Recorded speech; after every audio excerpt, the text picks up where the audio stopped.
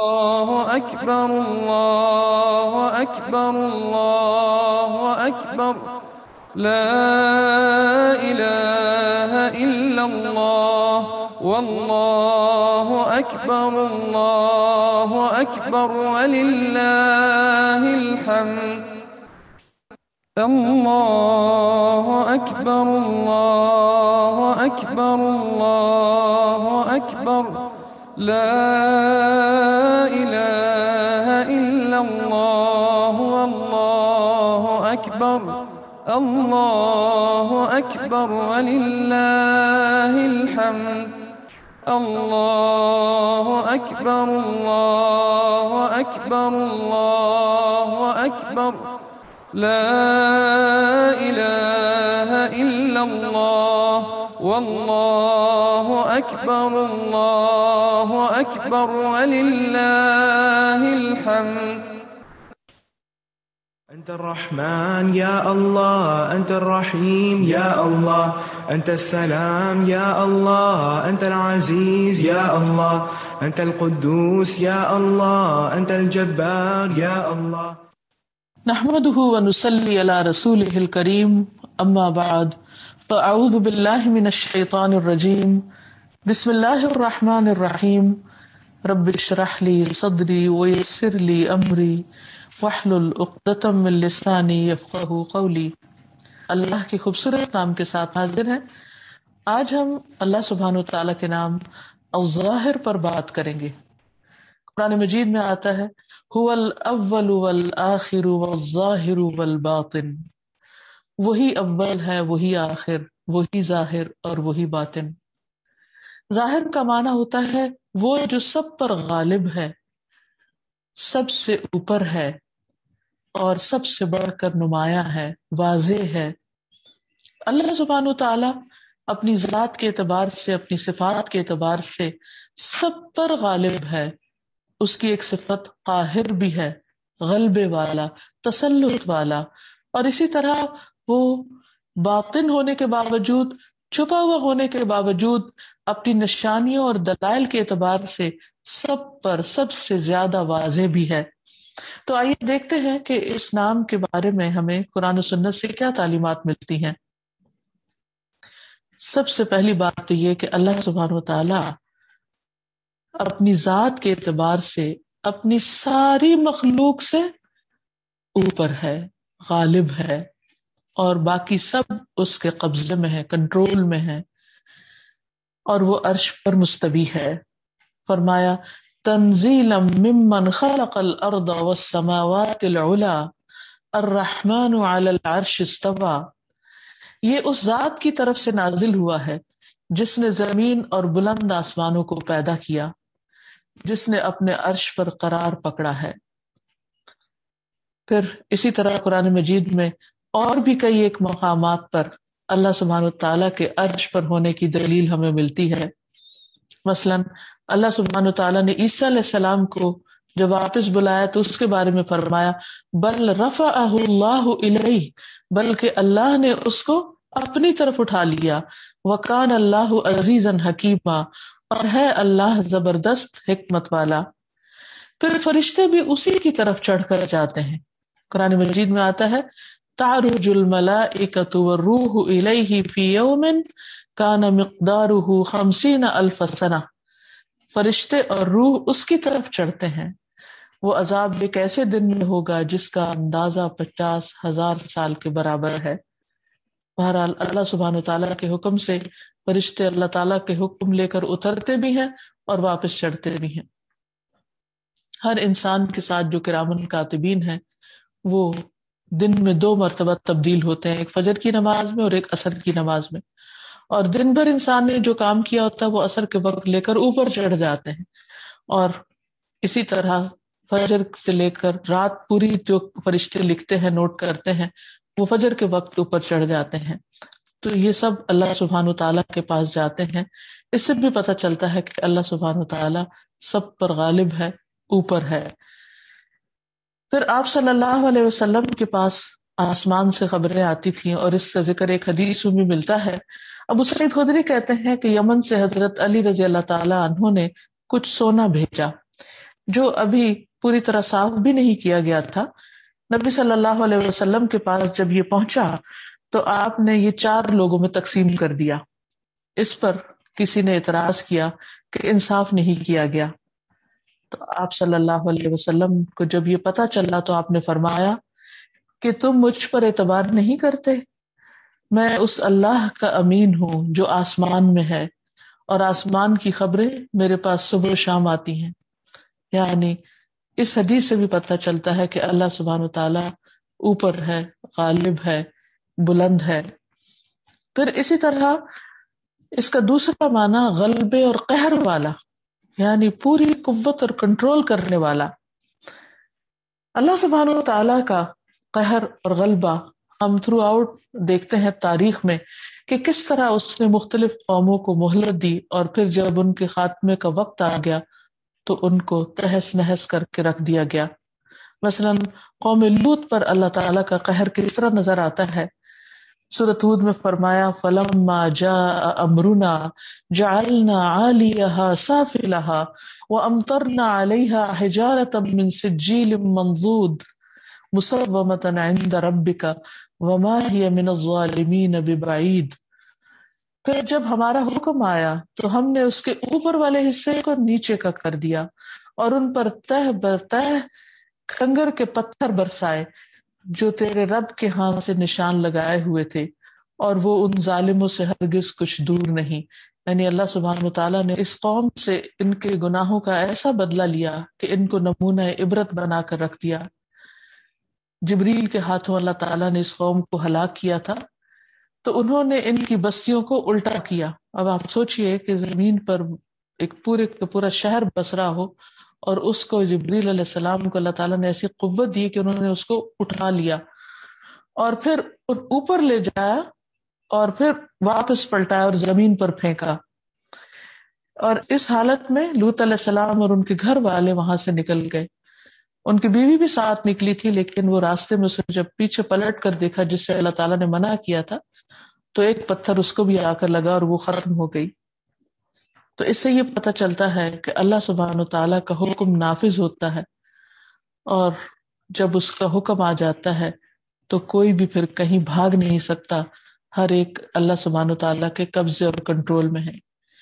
اسی طرح ہم دیکھتے ہیں کہ یاجوج ماجوج جب آئیں گے تو وہ بھی بہت غضب اور قہر کا مظاہرہ کریں گے، لیکن اللہ سبحانہ تعالیٰ ان پر بھی غالب ہوگا. آپ صلی اللہ علیہ وسلم نے فرمایا کہ وہ یاجوج ماجوج اس دیوار کو روزانہ کھودتے ہیں. جب وہ اس میں سوراخ کرنے ہی والے ہوتے ہیں تو ان کا بڑا کہتا ہے چلو لوٹو، بس اب تم کل اسے کھود لو گے. پھر اللہ تعالیٰ اس سے پہلے سے بھی زیادہ مضبوط کر دیتے ہیں یہاں تک کہ ان کی مدت پوری ہو جائے گی اور اللہ چاہے گا کہ انہیں لوگوں پر مسلط کرے تو ان کا حاکم کہے گا چلو لوٹو، بس اب تم کل اسے کھود لو گے، اور ساتھ انشاءاللہ بھی کہے گا. اس طرح جب وہ دوسرے دن آئیں گے تو دیوار کو اسی طرح پائیں گے جس طرح انہوں نے اسے چھوڑا تھا. پھر وہ اس میں سوراخ کر کے لوگوں پر نکل آئیں گے، پانی پی کر سارا ختم کر دیں گے، لوگ ان سے بھاگیں گے. پھر وہ آسمان کی طرف تیر چلائیں گے جو خون میں لت پت ان کے پاس واپس آئے گا، اور وہ کہیں گے کہ ہم نے زمین والوں کو بھی دبا لیا اور آسمان والے پر بھی چڑھائی کر دی. ان کا یہ قول ان کے دل کی سختی اور غرور کی وجہ سے ہوگا کہ وہ اپنے آپ کو بہت غالب سمجھ رہے ہوں گے.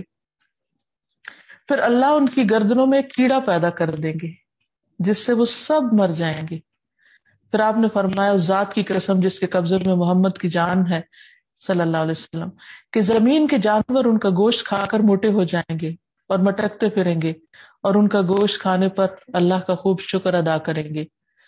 تو بہرحال اس سے یہ پتہ چلتا ہے کہ کوئی قوم کتنی بھی پاورفل کیوں نہ ہو اور وہ زمین پر کتنا بڑا بھی طوفان کیوں نہ برپا کر دے اور زمین کیا آسمان کی طرف بھی اپنے انتقامی کاروائیاں شروع کرے تو اللہ سبحانہ وتعالیٰ کے کنٹرول میں ہے، بس میں ہے. جس سے پتہ چلتا ہے کہ اللہ تعالیٰ ایک چھوٹے سے کیڑے کے ساتھ ان کو ہلاک کر دیں گے. یعنی اللہ تعالیٰ کو کسی سے انتقام لینے میں کچھ مشکل نہیں، اس کو تو صرف کن کہنا ہوتا ہے. پھر اسی طرح جو لوگ اللہ کی ذات میں نقص نکالتے ہیں ان پر بھی اللہ کا قہر پڑتا ہے. فرمایا وَيُرْسِلُ الصَّوَاعِقَ فَيُصِيبُ بِهَا مَن يَشَاءُ وَهُمْ يُجَادِلُونَ فِي اللَّهِ وَهُوَ شَدِيدُ الْمِحَالِ، اور وہ کڑکنے والی بجلیاں بھیجتا ہے پھر انہیں ڈال دیتا ہے جس پر وہ چاہتا ہے، جبکہ وہ اللہ کے بارے میں جھگڑ رہے ہوتے ہیں اور وہ بہت سخت قوت والا ہے۔ یعنی اللہ سبحانہ وتعالیٰ جسے چاہے اپنے قہر کا نشانہ بنائے اور جسے چاہے ایک لمبے عرصے تک مہلت دیے رکھے۔ پھر اسی طرح اللہ سبحانہ وتعالیٰ اپنے بندوں کو بھی غالب کرنے والے، وہ خود تو غالب ہے ہی، اس کا دین بھی غالب ہوگا۔ اللہ سبحانہ وتعالیٰ خود تو غالب ہے، خود تو قہر والا ہے، لیکن وہ اپنے بندوں میں سے جسے چاہے غالب کر سکتا ہے۔ مثلا قرآن مجید میں آتا ہے یا ایھا الذین آمنوا کونوا انصار اللہ کما قال عیسی ابن مریم للحواریین من انصاری الی اللہ قال الحواریون نحن انصار اللہ فآمنت طائفة من بنی اسرائیل وکفرت طائفة فأیدنا الذین آمنوا علی عدوهم فاصبحوا ظاہرین۔ ظاہر والا ہی لفظ ہے۔ اے ایمان والو، اللہ کے دین کے مددگار بن جاؤ، جیسے عیسیٰ ابن مریم نے حواریوں سے کہا تھا کہ اللہ کی طرف بلانے میں کون میرا مددگار ہے، تو حواریوں نے جواب دیا ہم اللہ کے دین کے مددگار ہیں۔ پھر بنی اسرائیل کا ایک گروہ تو ایمان لے آیا اور دوسرے گروہ نے انکار کر دیا، پھر ہم نے ایمان لانے والوں کی ان کے دشمنوں کے مقابلے میں مدد کی تو وہی غالب رہے۔ یعنی اللہ سبحانہ وتعالیٰ جو الظاہر ہے وہ اپنے مددگاروں کو یعنی دین کے مددگاروں کو ظاہرین بنا دیتا ہے، غالب آنے والے۔ اللہ سبحانہ وتعالیٰ اپنے دین کو بھی غالب کرنے والا ہے۔ فرمایا هو الذی ارسل رسولہ بالہدی ودین الحق لیظہرہ علی الدین کلہ ولو کرہ المشرکون، وہی ہے جس نے اپنے رسول کو ہدایت اور دین حق کے ساتھ بھیجا تاکہ اسے تمام دینوں پر غالب کر دے اگرچہ مشرک لوگ ناپسند کریں۔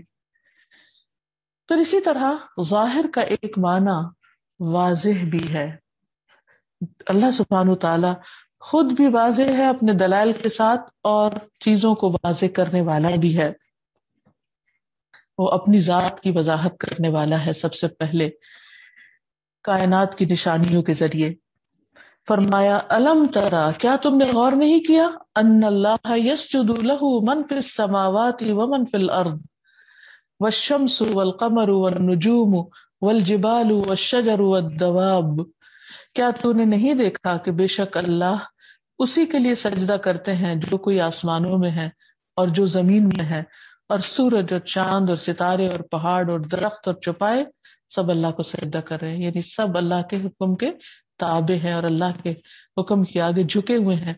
اور ان سب کی تسبیح ایک تو اللہ کا ذکر ہے ہی، اور دوسرا جس چیز میں اللہ تعالیٰ نے ان کو لگایا ہے اسی میں ہی یہ لگے ہوئے ہیں اپنا کام مسلسل کر رہے ہیں۔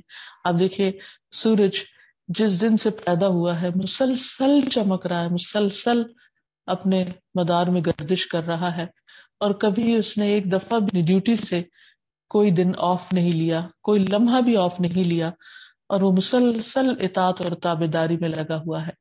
کیا یہ اس بات کی نشانی نہیں، کیا اس بات کی دلیل نہیں کہ اسے کنٹرول کرنے والا کوئی ہے، اسے کام پہ لگانے والا کوئی ہے؟ اللہ سبحانہ وتعالیٰ اپنی اس نشانی کے ذریعے واضح ہے۔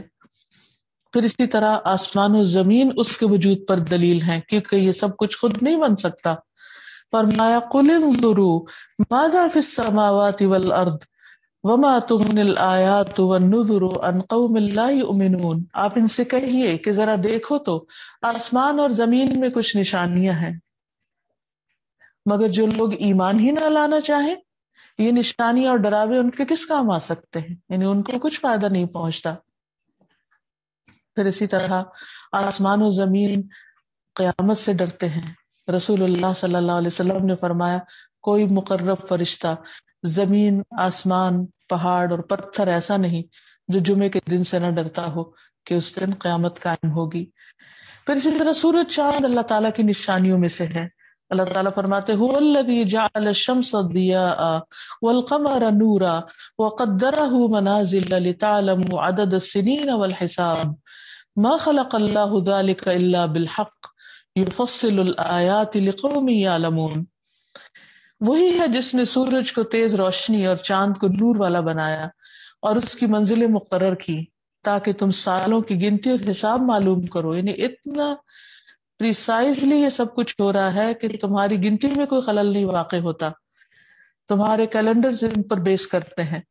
اللہ نے یہ سب کچھ نہیں پیدا کیا مگر حق کے ساتھ، ایک مقصد کے ساتھ. وہ آیات کو لوگوں کے سامنے کھول کر بیان کرتا ہے جو جانتے ہیں، یعنی پھر وہ اللہ تعالیٰ کو پہچان لیتے ہیں نشانیوں کے ذریعے. پھر اسی طرح ہم دیکھتے ہیں کہ ستارے بھی انسانوں کے لیے مسخر کیے گئے ہیں. فرمایا وَسَخَّرَ لَكُمُ اللَّيْلَ وَالنَّهَارَ وَالشَّمْسَ وَالْقَمَرَ وَالنُّجُومُ مُسَخَّرَاتٌ بِأَمْرِهِ إِنَّ فِي ذَلِكَ لَآيَاتٍ لِقَوْمٍ يَعْقِلُونَ. اور اس نے تمہاری خاطر رات اور دن اور سورج اور چاند کو مسخر کر دیا اور ستارے اس کے حکم کے ساتھ مسخر ہیں. بے شک اس میں ان لوگوں کے لیے بہت سی نشانیاں ہیں جو سمجھتے ہیں، اور یہ نشانیاں اللہ سبحانہ وتعالیٰ کی پہچان کے لیے ہیں. یہ بتاتی ہیں کہ یہ رات اور دن کی تبدیلی خود بخود نہیں ہو جاتی، سورج اور چاند خود سے نہیں چل رہے، انہیں کسی نے تھاما ہوا ہے، ستارے کسی کے حکم سے چمک رہے ہیں. یہ سب کچھ اسی رب کے حکم، اذن اور امر سے ہو رہا ہے. یہ سب رب کی پہچان دلا رہا ہے. پھر اسی طرح ستارے کے گرنے کی جگہوں کا ذکر آتا ہے قرآن مجید میں. فلا اقسم بمواقع النجوم وانہ لقسم لو تعلمون عظیم. پس نہیں میں ستاروں کے گرنے کی جگہوں پہ قسم کھاتا ہوں، اور اگر تم سمجھو تو یقیناً یہ ایک بہت بڑی قسم ہے. یعنی قسم عربی میں یا قرآن مجید میں جہاں کہیں بیان ہوئی ہے وہ گواہی لانے کے طور پر.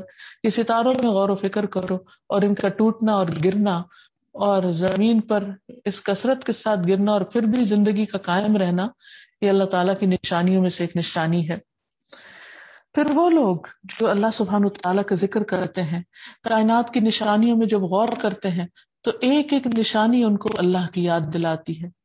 نکلتا سورج اور ڈوبتا سورج، آسمان پہ چلتے ہوئے بادل، سورج کی شعاعیں، زمین پہ کھلے ہوئے پھول، بہتا پانی، ہر چیز ان کے دل میں اللہ کی یاد کو پیدا کر دیتا ہے.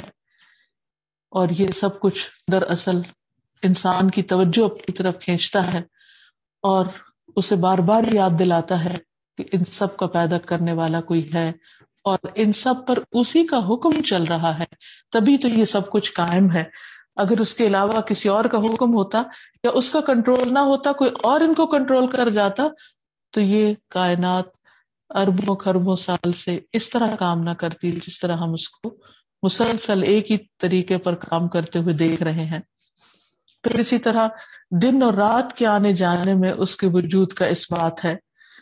پھر اسی طرح پہاڑوں کو اللہ سبحانہ تعالیٰ نے انسانوں کے لیے مسخر کیا ہے، چھپنے کی جگہ بھی بنائی اور ان کے اندر بہت سی معدنیات بھی چھپا دی. فرمایا وَجَعَلَ لَكُم مِّنَ الْجِبَالِ أَكْنَانًا. یہ بھی اللہ کی نشانیوں میں سے کہ اتنے بڑے بڑے پہاڑ اور ان کے اندر چھپنے کے لیے غاریں اور پوشیدہ راستے، یہ سب بھی اللہ سبحانہ وتعالیٰ کی قدرت کی نشانیاں ہیں اور یہ بتاتے ہیں کہ اللہ موجود ہے. پھر فرمایا وَسَخَّرْنَا مَعَ دَاوُودَ الْجِبَالَ يُسَبِّحْنَ وَالطَّيْرَ وَكُنَّا فَاعِلِينَ. اور ہم نے داؤد کے ساتھ پہاڑوں کو مسخر کر دیا جو تسبیح کرتے تھے، اور پرندوں کو بھی، اور یہ ہم ہی کرنے والے تھے. یعنی اللہ سبحانہ تعالیٰ نے ہی ان کو یہ صلاحیت بخشی تھی. ایک اور جگہ پر فرمایا وَتَرَى الْجِبَالَ تَحْسَبُهَا جَامِدَةً وَهِيَ تَمُرُّ مَرَّ السَّحَابِ صُنْعَ اللَّهِ الَّذِي أَتْقَنَ كُلَّ شَيْءٍ إِنَّهُ خَبِيرٌ بِمَا تَفْعَلُونَ. اور تم پہاڑوں کو دیکھے گا تو انہیں گمان کرے گا کہ وہ جمے ہوئے ہیں، حالانکہ وہ بادلوں کے چلنے کی طرح چل رہے ہوں گے. اس اللہ کی کاریگری سے جس نے ہر چیز کو مضبوط بنایا، یقیناً وہ اس سے خوب باخبر ہے جو تم کرتے ہو. تو اس آیت میں اللہ سبحانہ و تعالیٰ بتاتے ہیں کہ دیکھو کس طرح پہاڑ اپنی جگہوں پر جمے ہوئے ہیں. سوچئے اگر پہاڑ چلنے لگیں تو ساری آبادیوں کو پیس ڈالیں، زندگی قائم رہنا اس پلانٹ پر مشکل ہو جائے. لیکن اللہ سبحانہ و تعالیٰ نے کس طرح انسان کو اپنی حفاظت میں رکھا اور ان ساری چیزوں کو انسان کے فائدے کے لیے بنا دیا اور ان کو اپنے کنٹرول میں بھی رکھا. اور جب اللہ تعالیٰ چاہے ان کے اندر ارتعاش پیدا کر سکتا ہے. زلزلوں کے ساتھ بڑی بڑی چٹانیں ٹوٹ کے گر سکتی ہیں اور تباہیاں لا سکتی ہیں. مثلاً ایک موقع پر بہت پہاڑ لرزنے لگا تھا. انس بن مالک کہتے ہیں کہ نبی صلی اللہ علیہ وسلم احد پہاڑ پر چڑھے تو آپ کے ساتھ ابو بکر، عمر اور عثمان رضی اللہ عنہم بھی تھے. پہاڑ ان کے ساتھ لرزنے لگا، کانپنے لگا، تو آپ نے اس پر اپنا پاؤں مارا اور فرمایا احد ٹھہر جاؤ کہ تجھ پر ایک نبی، ایک صدیق اور 2 شہید ہیں. تو اس سے یہ پتہ چلتا ہے کہ اللہ تعالیٰ بعض اوقات روزانہ کے روٹین کے ضابطے قاعدے سے مختلف چیزیں بھی دکھاتے ہیں نشانیوں کے طور پر. مثلا زمین، ہم اس پر پرامن طریقے سے رہ رہے ہیں، لیکن جب اللہ کا حکم ہوتا ہے زمین ہلنے لگتی ہے، زلزلہ آ جاتا ہے، کانپنے لگتا ہے سب کچھ، اور بعض اوقات بڑی بڑی آبادیاں ختم ہو کر رہ جاتی ہیں. تو یہ دراصل اللہ تعالیٰ ہی کی نشانیاں ہیں. اللہ تعالیٰ یہ دکھاتا ہے انسان کو کہ ان پر تمہارا بس نہیں چل رہا، ان پر تمہارا زور نہیں چل رہا، اس پر کوئی اور ہی ہستی ہے جو غالب ہے، ظاہر ہے، قاہر ہے، اور یہ اس کی نشانیاں ہیں جن سے وہ اپنے وجود کا تمہیں ثبوت دے رہا ہے. پھر اسی طرح ہوائیں اور آندھیاں، کبھی ہوا رحمت کی ہوا بن جاتی ہے اور کبھی ہوا زحمت بن جاتی ہے، اور آندھیوں کی شکل میں بڑے بڑے مضبوط درختوں کو جڑ سے اکھاڑ دیتی ہے اور بڑی بڑی عمارتوں کو گرا دیتی ہے. پھر اسی طرح اللہ سبحانہ وتعالیٰ فرماتے ہیں ام امنتم ان یعیدکم فیہ تارۃ اخری فیرسل علیکم قاصفا من الریح فیغرقکم بما کفرتم ثم لا تجدوا لکم علینا بہ تبیعا. یا تم بے خوف ہو گئے کہ وہ تمہیں دوسری بار اس میں پھر لے جائے، پھر تم پر توڑ دینے والی آندھی بھیج دے، پس تمہیں غرق کر دے اس کی وجہ سے جو تم نے کفر کیا، پھر تم اپنے لیے ہمارے خلاف اس کے بارے میں کوئی پیچھے آنے والا نہ پاؤ گے. یعنی اللہ تعالیٰ اپنی قدرت کی نشانیاں پھر اس شکل میں بھی دکھاتا ہے. جیسے قوم عاد پر اللہ تعالیٰ نے آندھی بھیجی، وَفِي عَادٍ إِذْ أَرْسَلْنَا عَلَيْهِمُ الرِّيحَ الْأَقِيمَ مَا تَذَرُ مِنْ شَيْءٍ أَتَتْ عَلَيْهِ إِلَّا جَعَلَتْهُ كَالرَّمِيمِ. اور عاد کے قصے میں بھی ایک نشانی چھوڑی، یعنی تاکہ تم اللہ کی قدرت اور طاقت کو محسوس کرو. جبکہ ہم نے ان پر تباہ کن آندھی بھیجی، وہ جس چیز پر بھی گزرتی اسے بوسیدہ ہڈی کی طرح چکنا چور کر دیتی. یعنی صرف ہوا نے ہر چیز کو تباہ و برباد کر کے رکھ دیا، حالانکہ وہ ایسی قوم تھی کہ جن کی کوئی مثال نہ ملتی تھی دنیا میں. اس لیے ہم دیکھتے ہیں کہ حضور صلی اللہ علیہ وسلم جب تیز ہوا چلتی یا آندھی آتی تو دعا کیا کرتے تھے کہ اللہ بارش والی ہو، بے برکت نہ ہو. پھر اسی طرح بادل، گرج، چمک، یہ سب بھی اللہ کی نشانیاں ہیں. فرمایا او کصیب من السماء فیہ ظلمات ورعد وبرق یجعلون اصابعهم فی آذانهم من الصواعق حذر الموت واللہ محیط بالکافرین. یا جیسے آسمان سے اترنے والی بارش جس میں کئی اندھیرے ہیں اور گرج اور چمک ہے، وہ کڑکنے والی بجلیوں کی وجہ سے موت کے ڈر سے اپنی انگلیاں اپنے کانوں میں ڈال لیتے ہیں، اور اللہ کافروں کو گھیرنے والا ہے. یعنی وہ لوگ جو انکار کر رہے ہوتے ہیں، جب ایسی کوئی سچویشن آتی ہے تو وہ پھر اللہ سے ڈرنے لگتے ہیں اور اس بات سے کہ کہیں وہ ختم نہ ہو جائے. اور ہر انسان کی زندگی میں کوئی نہ کوئی مرحلہ ایسا آتا ہے جب وہ کسی ایسی آزمائش سے گزرتا ہے کہ جب سارے سہاروں کو بھول کر صرف اللہ سبحانہ تعالیٰ کو پہچان جاتا ہے، اور اگر اس کو پہچان کر وہ ایمان لے آئے تو اسی میں اس کی خوش قسمتی ہے. لیکن اگر وہ ان نشانیوں کے ذریعے اپنے رب کو نہ پہچانے تو اس سے بڑی بدقسمتی کوئی نہیں. پھر اسی طرح تہ برتہ بادل، یہ بھی اللہ کی نشانیاں ہیں. فرمایا الم تر ان اللہ یزجی سحابا ثم یؤلف بینہ ثم یجعلہ رکاما فتر الودق یخرج من خلالہ وینزل من السماء من جبال فیہا من برد فیصیب به من یشاء ویصرفہ عن من یشاء یکاد سنا برقہ یذہب بالابصار. کیا تو نے دیکھا نہیں؟ یہ جو بار بار یہ کہا جا رہا ہے کیا تو نے دیکھا نہیں، اس کا مطلب یہ ہے کہ دیکھو، غور کرو، اور ان نشانیوں میں اللہ تعالیٰ کو پہچانو۔ کیا تو نے دیکھا نہیں کہ بے شک اللہ بادل کو چلاتا ہے؟ یعنی اگر پوری دنیا میں مل کر بادلوں کا رخ پلٹنا چاہے تو نہیں پلٹ سکتی، پھر اسے آپس میں ملا دیتا ہے، یعنی بادل آتے ہیں اور پھر اس ترتیب اور اس رفتار کے ساتھ کہ بادلوں کی تہیں لگنے لگتی ہیں ایک دوسرے کے اوپر، پھر تو بارش کو دیکھتا ہے کہ اس کے درمیان سے نکل رہی ہے، اور وہ آسمان سے ان پہاڑوں میں سے جو اس میں ہیں، یعنی بادلوں کے پہاڑ کچھ اولے اتارتا ہے، پھر انہیں جس کے پاس چاہتا ہے پہنچا دیتا ہے، اور انہیں جس سے چاہتا ہے پھیر دیتا ہے، نہیں جس فصل کی چاہتا ہے تباہی کر دیتا ہے، اور جس سے چاہتا ہے اس کو بچا لیتا ہے۔ قریب ہے کہ اس کی بجلی کی چمک نگاہوں کو لے جائے، یعنی اس تیزی کے ساتھ بادلوں سے بجلیاں چمکتی ہیں کہ انسانوں کی آنکھیں چندھیا جائیں یا وہ اندھے ہو جائیں۔ یہ سب کچھ کرنے والا کون ہے؟ بچاتا کون ہے؟ وہی اللہ، اور جس کو چاہے پکڑ لے۔ اصل میں طاقت، غلبہ، اختیار اسی کا ہے۔ پھر اسی طرح اللہ تعالیٰ جس بادل میں سے چاہتا ہے بارش برساتا ہے، اور جہاں سے چاہتا ہے اولے برساتا ہے۔ کچھ بارشیں برکت والی ہوتی ہیں اور کچھ انسان کے لیے نقصان دہ ہوتی ہیں۔ پھر اسی طرح پینے کا پانی بھی ایک نشانی ہے۔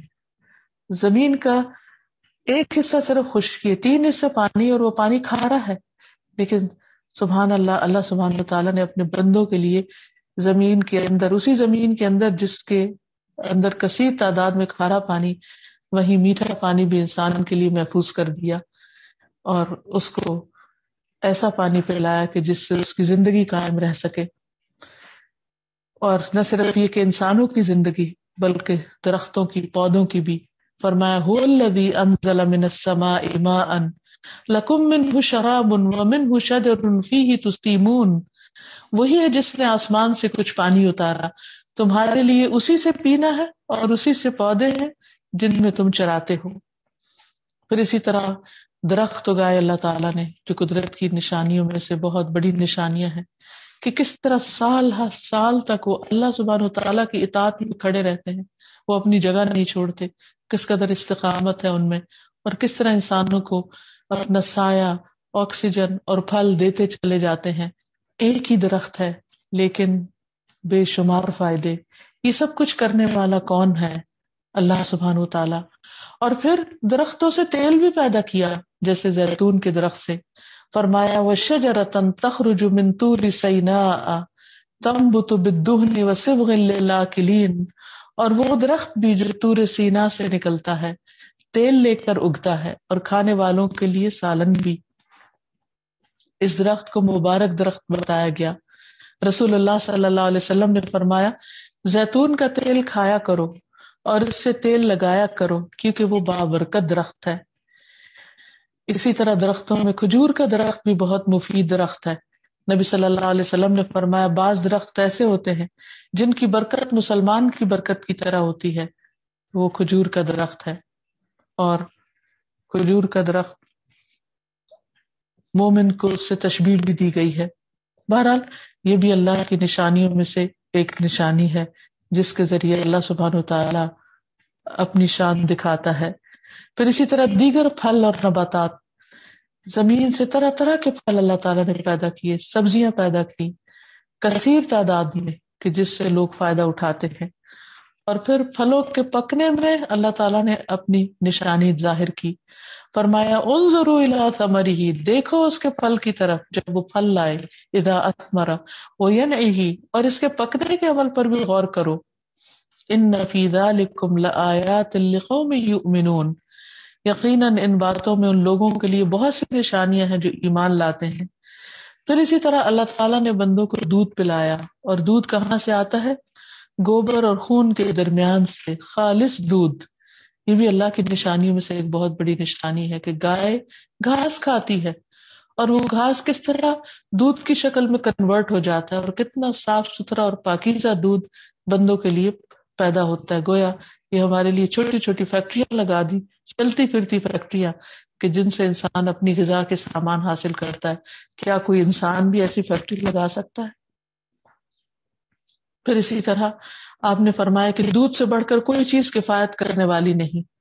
فرمایا میرے علم کے مطابق کھانے اور پینے دونوں کی کفایت دودھ کے علاوہ کوئی اور چیز نہیں کر سکتی. یعنی اگر انسان کھانے کی بجائے بھی صرف دودھ پی لیتا ہے تو اس کے کھانے کی ضرورت بھی پوری ہو جاتی ہے. پھر اسی طرح ہم دیکھتے ہیں کہ اللہ سبحانہ وتعالیٰ بعض اوقات اپنی مخلوق کو ایسی نشانیاں دکھاتا ہے کہ جس سے وہ اپنے رب کو پا لیتے ہیں. جیسے ابراہیم علیہ السلام کہ جب انہوں نے کائنات میں غور و فکر کیا، سورج چاند ستارے کو دیکھا تو کہا کہ یہ میرا رب نہیں ہو سکتا کیونکہ یہ سب غروب ہونے والے ہیں. اور پھر اللہ سبحانہ وتعالیٰ نے ان کو اپنی طرف رہنمائی کی. پھر اسی طرح ابراہیم علیہ السلام کو ایسے دلائل عطا کیے کہ جب نمرود کے دربار میں وہ اس کے ساتھ بحث کر رہے تھے تو نمرود مبہوت ہو کر رہ گیا، لاجواب ہو کر رہ گیا. اس کے بارے میں قرآن مجید میں آتا ہے کیا تو نے اس شخص کو نہیں دیکھا جس نے ابراہیم سے اس کے رب کے بارے میں جھگڑا کیا؟ اس لیے کہ اللہ نے اسے حکومت دی تھی، وہ اپنے آپ کو بڑی چیز سمجھتا تھا.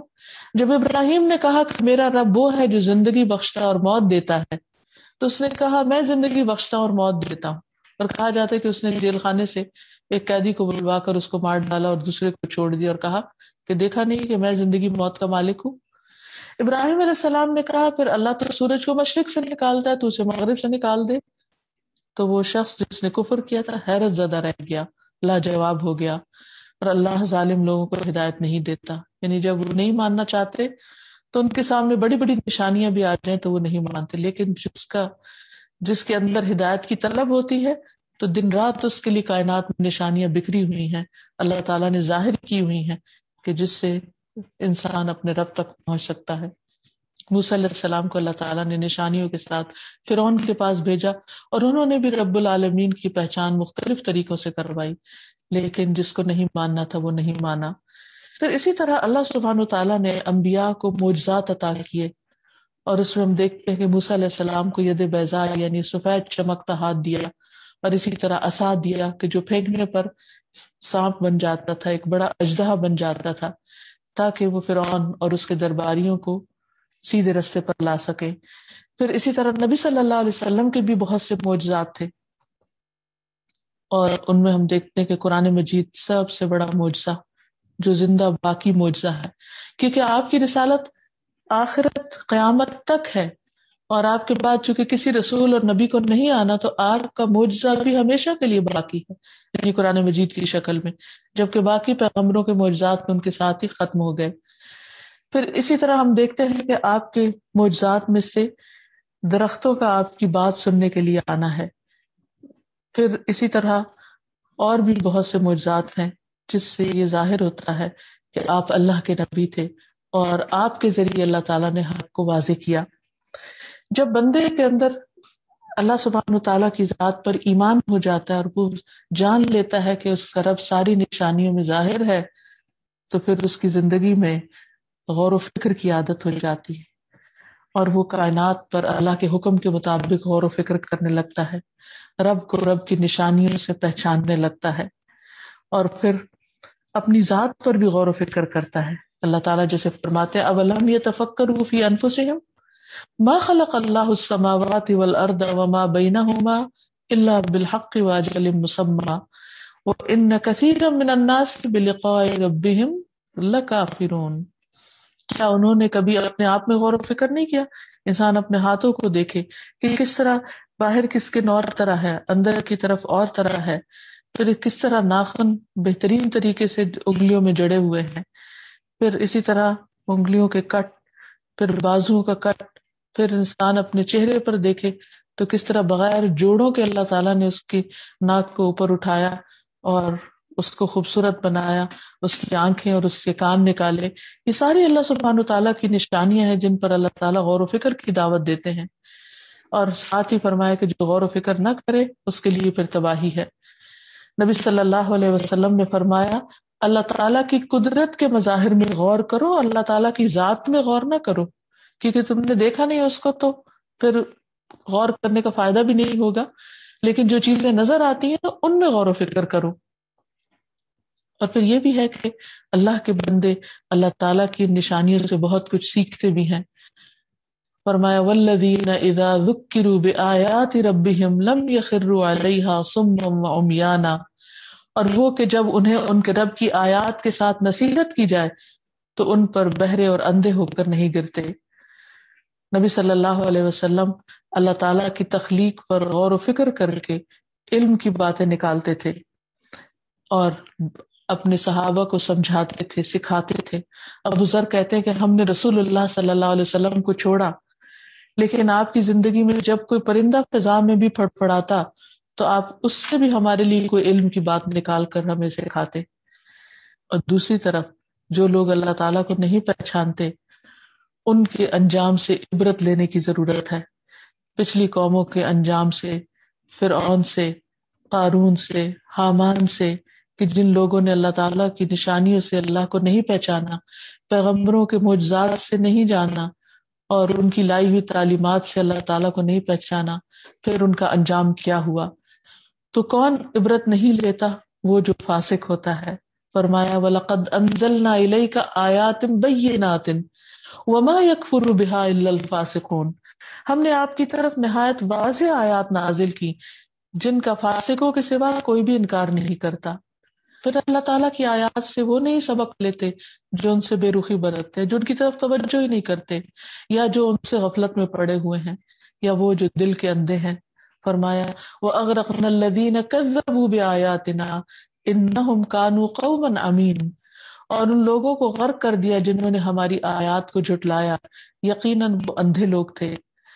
پھر اسی طرح جو لوگ ان نشانیوں سے عبرت نہ لیں ان کا انجام آہستہ آہستہ تباہی کی طرف جانا ہوتا ہے۔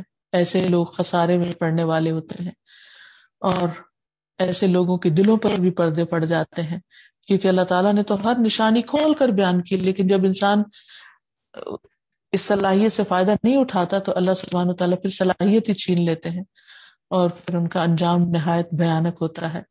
تو اللہ تعالیٰ کے اس نام سے ہمیں دعا بھی کرنی چاہیے۔ اور آخر میں یہ کہنا چاہوں گی کہ ہمیں اللہ سبحانہ وتعالیٰ کے اس نام کو جاننے اور سمجھنے کے بعد اس نام سے دعا بھی کرنی چاہیے۔ تو آئیے دیکھتے ہیں کہ نبی صلی اللہ علیہ وسلم نے اس سلسلے میں کیا دعا سکھائی ہے۔ سہیل کہتے ہیں کہ ہم میں سے جب کوئی سونے کا ارادہ کرتا تو ابو صالح اسے دائیں کروٹ پر لیٹنے اور یہ دعا پڑھنے کا حکم فرماتے: اللہم رب السماوات ورب الارض ورب العرش العظیم ربنا ورب كل شيء فالق الحب والنوى ومنزل التوراة والإنجيل والفرقان أعوذ بك من شر كل شيء أنت آخذ بناصيته اللهم أنت الأول فليس قبلك شيء وأنت الآخر فليس بعدك شيء وأنت الظاهر فليس فوقك شيء وأنت الباطن فليس دونك شيء اقض عنا الدين واغننا من الفقر۔ اے اللہ، اے آسمانوں کے رب، اے زمین کے رب اور عرش عظیم کے رب، اے ہمارے رب اور ہر چیز کے رب، دانے اور گٹلی کو پھاڑ کر اگانے والے، اے تورات، انجیل اور فرقان اور یعنی قرآن کو نازل کرنے والے، میں ہر شر والی چیز سے تیری پناہ چاہتا ہوں جس کی پیشانی تو ہی پکڑے ہوئے ہے۔ اے اللہ، تو سب سے پہلے ہے، تجھ سے پہلے کچھ نہ تھا، تو سب سے آخر ہے، تیرے بعد کچھ نہ ہوگا، تو ہی ظاہر ہے، تجھ سے زیادہ ظاہر کوئی نہیں، تو ہی پوشیدہ ہے، تجھ سے پوشیدہ تر کوئی نہیں۔ ہمارا قرض ادا فرما دے اور ہمیں محتاجی سے بے پرواہ کر دے۔ اللہ سبحانہ وتعالیٰ سے دعا ہے کہ وہ ہمیں اپنے اس نام کی سمجھ عطا فرمائے اور ہمیں اپنی نشانیوں کے ذریعے اپنی بہترین پہچان کروا دے اور اپنی محبت عطا کر دے اور ہمیں ہر شر سے محفوظ رکھے اور برے انجام سے محفوظ رکھے۔ القاهر يا الله أنت الحسيب يا الله أنت الشافي يا الله أنت المبين يا الله أنت الوكيل يا الله أنت القيوم يا الله أنت المتين يا الله أنت السبوح يا الله لا إله إلا الله محمد رسول الله لا إله إلا الله محمد رسول الله۔ اللہ کے خوبصورت نام کے ساتھ حاضر ہیں۔ اللہ سبحانہ و تعالیٰ کے نام الباطن پر بات کریں گے۔ بسم اللہ الرحمن الرحیم۔ باطن چھپا ہوا، پوشیدہ، جو کسی پر بھی ظاہر نہیں، یعنی آج تک کسی آنکھ نے، اس کی مخلوق میں سے کسی ایک نے بھی کبھی اس کو نہیں دیکھا، نہ کسی پیغمبر نے، نہ کسی مقرب فرشتے نے، حتیٰ کہ حاملین عرش نے، کسی نے بھی اس کو نہیں دیکھا۔ لیکن حیرت کی بات یہ ہے کہ اس قدر پوشیدہ ہونے کے باوجود وہ ظاہر بھی ہے اپنی نشانیوں اور اپنی تخلیق اور اپنی بے پناہ قدرتوں کے ساتھ۔ وہ ہے ہمارا رب اللہ، اور یہ صفت اور یہ خوبی اسی کے اندر ہے کہ وہ الباطن ہے۔ جہاں تک مخلوقات کا تعلق ہے تو کوئی چیز کہیں بھی اس کی نگاہ سے چھپی ہوئی نہیں، چھپ سکتی بھی نہیں، نہ دن میں نہ رات میں، نہ کوئی رکنے والی چیز نہ کوئی چلنے والی چیز، ہر چیز اس کی نگاہ میں ہے۔ لا تدرکہ الابصار وہو یدرک الابصار، نگاہیں اس کو نہیں پا سکتی، اس کا ادراک نہیں کر سکتی، اور وہ نگاہوں کو پا لیتا ہے، اس سے نگاہوں کی خیانت تک کا علم ہے۔ یعلم خائنۃ الاعین وما تخفی الصدور، وہ جانتا ہے جو نگاہیں خیانت کرتی ہیں اور جو دل چھپاتے ہیں۔ یعنی نہ صرف یہ کہ وہ ظاہر کی چیزوں کو دیکھتا ہے بلکہ دلوں کے راز تک اس کے سامنے بالکل عیاں ہیں۔ عالم الغیب والشہادہ، غیب اور حاضر ہر چیز کا جاننے والا ہے۔ تو آئیے ہم قرآن و سنت کی روشنی میں اس صفت کے تفصیل جانتے ہیں، اور پھر یہ کہ ہماری زندگی پر اس کا کیا اثر پڑنا چاہیے، اور کس طرح ہم اللہ تعالیٰ کے اس نام اور اس صفت کے ساتھ اس سے دعا مانگے۔ نبی صلی اللہ علیہ وسلم کا طریقہ اس سلسلے میں کیا تھا؟ تو سب سے پہلی چیز یہ کہ اللہ سبحانہ وتعالیٰ اپنی تمام مخلوقات سے چھپا ہوا ہے، جیسا کہ سورۃ الحدید میں آتا ہے هو الاول والآخر والظاہر والباطن وهو بكل شيء علیم، وہی اول ہے، وہی آخر، وہی ظاہر، وہی باطن، اور وہ ہر چیز کا جاننے والا۔ یعنی یہ اللہ سبحانہ وتعالیٰ کی صفت قرآن مجید میں واضح طور پر بیان ہوئی ہے کہ وہ باطن ہے، ظاہر بھی ہے اور باطن بھی ہے۔ نبی صلی اللہ علیہ وسلم اپنی دعاؤں میں سے ایک دعا میں فرمایا کرتے تھے، اللہ سبحانہ وتعالیٰ کے حضور عرض کرتے تھے کہ وَأَنْتَ الْبَاطِنُ فَلَيْسَ دُونَكَ شَيْءٌ، تو ہی باطن ہے، تو ہی پوشیدہ ہے، تجھ سے پوشیدہ کوئی چیز نہیں ہے۔ اور پھر لا تدرکہ الابصار، نگاہیں اس کو نہیں پا سکتی، وہو یدرک الابصار، اور وہ نگاہوں کو پا لیتا ہے، وہو اللطیف الخبیر، اور کس طرح پاتا ہے کہ وہ بہت باریک بین، خوب خبر رکھنے والا ہے، یعنی بہت باریکی کے ساتھ چیزوں کو دیکھ لیتا ہے۔ نہ صرف یہ کہ ان کو ظاہر سے دیکھنا، ان کے ایکشن کو دیکھنا، بلکہ اس کے پیچھے اس کا غرض کیا ہے، اس کا مقصد کیا ہے، کسی کے دیکھنے کے پیچھے یا کسی بھی چیز کی تخلیق کے پیچھے، اور اس کا کسی بھی قسم کا کچھ حرکت کرنا کس غرض سے ہے، یہ سب اس کو بہت اچھی طرح معلوم ہے۔ اس کے مقابلے میں ہم دیکھتے ہیں کہ انسان کی نگاہ کتنی عاجز ہے، کتنی محدود ہے، کہ دنیا میں تو سوال ہی پیدا نہیں ہوتا کہ انسان اللہ سبحانہ وتعالیٰ کو دیکھ سکے، لیکن قیامت کے دن بھی اللہ سبحانہ وتعالیٰ جب اپنے محبوب بندوں کے سامنے اپنا دیدار کروائیں گے تو بھی نگاہیں صرف دیدار کر پائیں گی، حقیقت کو نہیں جان پائیں گی، ادراک نہیں کر پائیں گی، اور یہ اللہ سبحانہ وتعالیٰ کی عظمت پر دلیل ہے۔ تو خلاصہ یہ ہے کہ مخلوق میں سے کسی نے بھی اللہ سبحانہ وتعالیٰ کو نہیں دیکھا، حتیٰ کہ نبی صلی اللہ علیہ وسلم نے بھی نہیں۔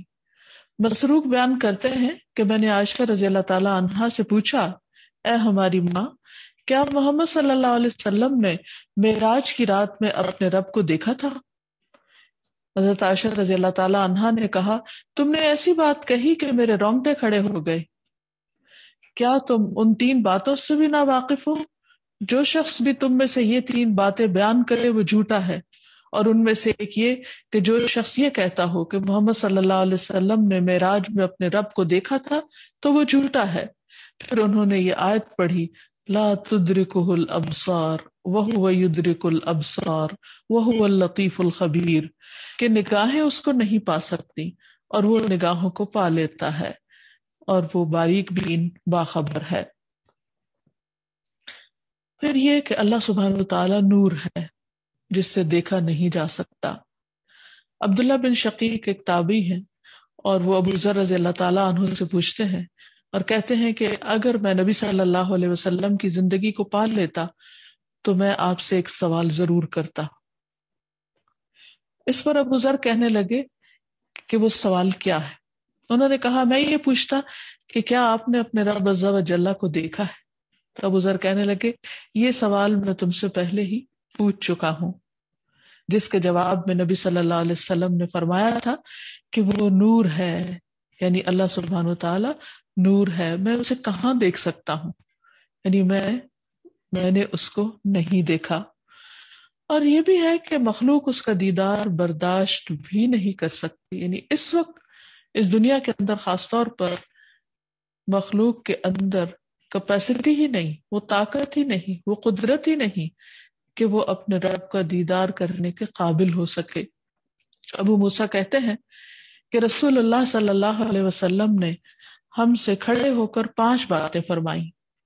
نمبر 1، بے شک اللہ عز و جل سوتا نہیں اور نہ ہی سونا اس کی شان ہے، سونا ایک کمزوری کی علامت ہے تو اللہ تعالیٰ اس کمزوری سے پاک ہے۔ نمبر 2، وہ میزان اعمال کو جھکاتا اور اس کو بلند کرتا ہے، یعنی بندوں کے اعمال اور میزان یہ سب اس کے ہاتھ میں۔ میزان 2 طرح کا ہے، ایک تو بندوں کے اعمال جس پہ تولے جائیں گے، اور دوسرے اللہ سبحانہ و تعالیٰ نے اپنی کائنات کے اندر ایک میزان، ایک بیلنس قائم کر رکھا ہے، تو اس کا اصل کنٹرول بھی اللہ تعالیٰ کے پاس ہے۔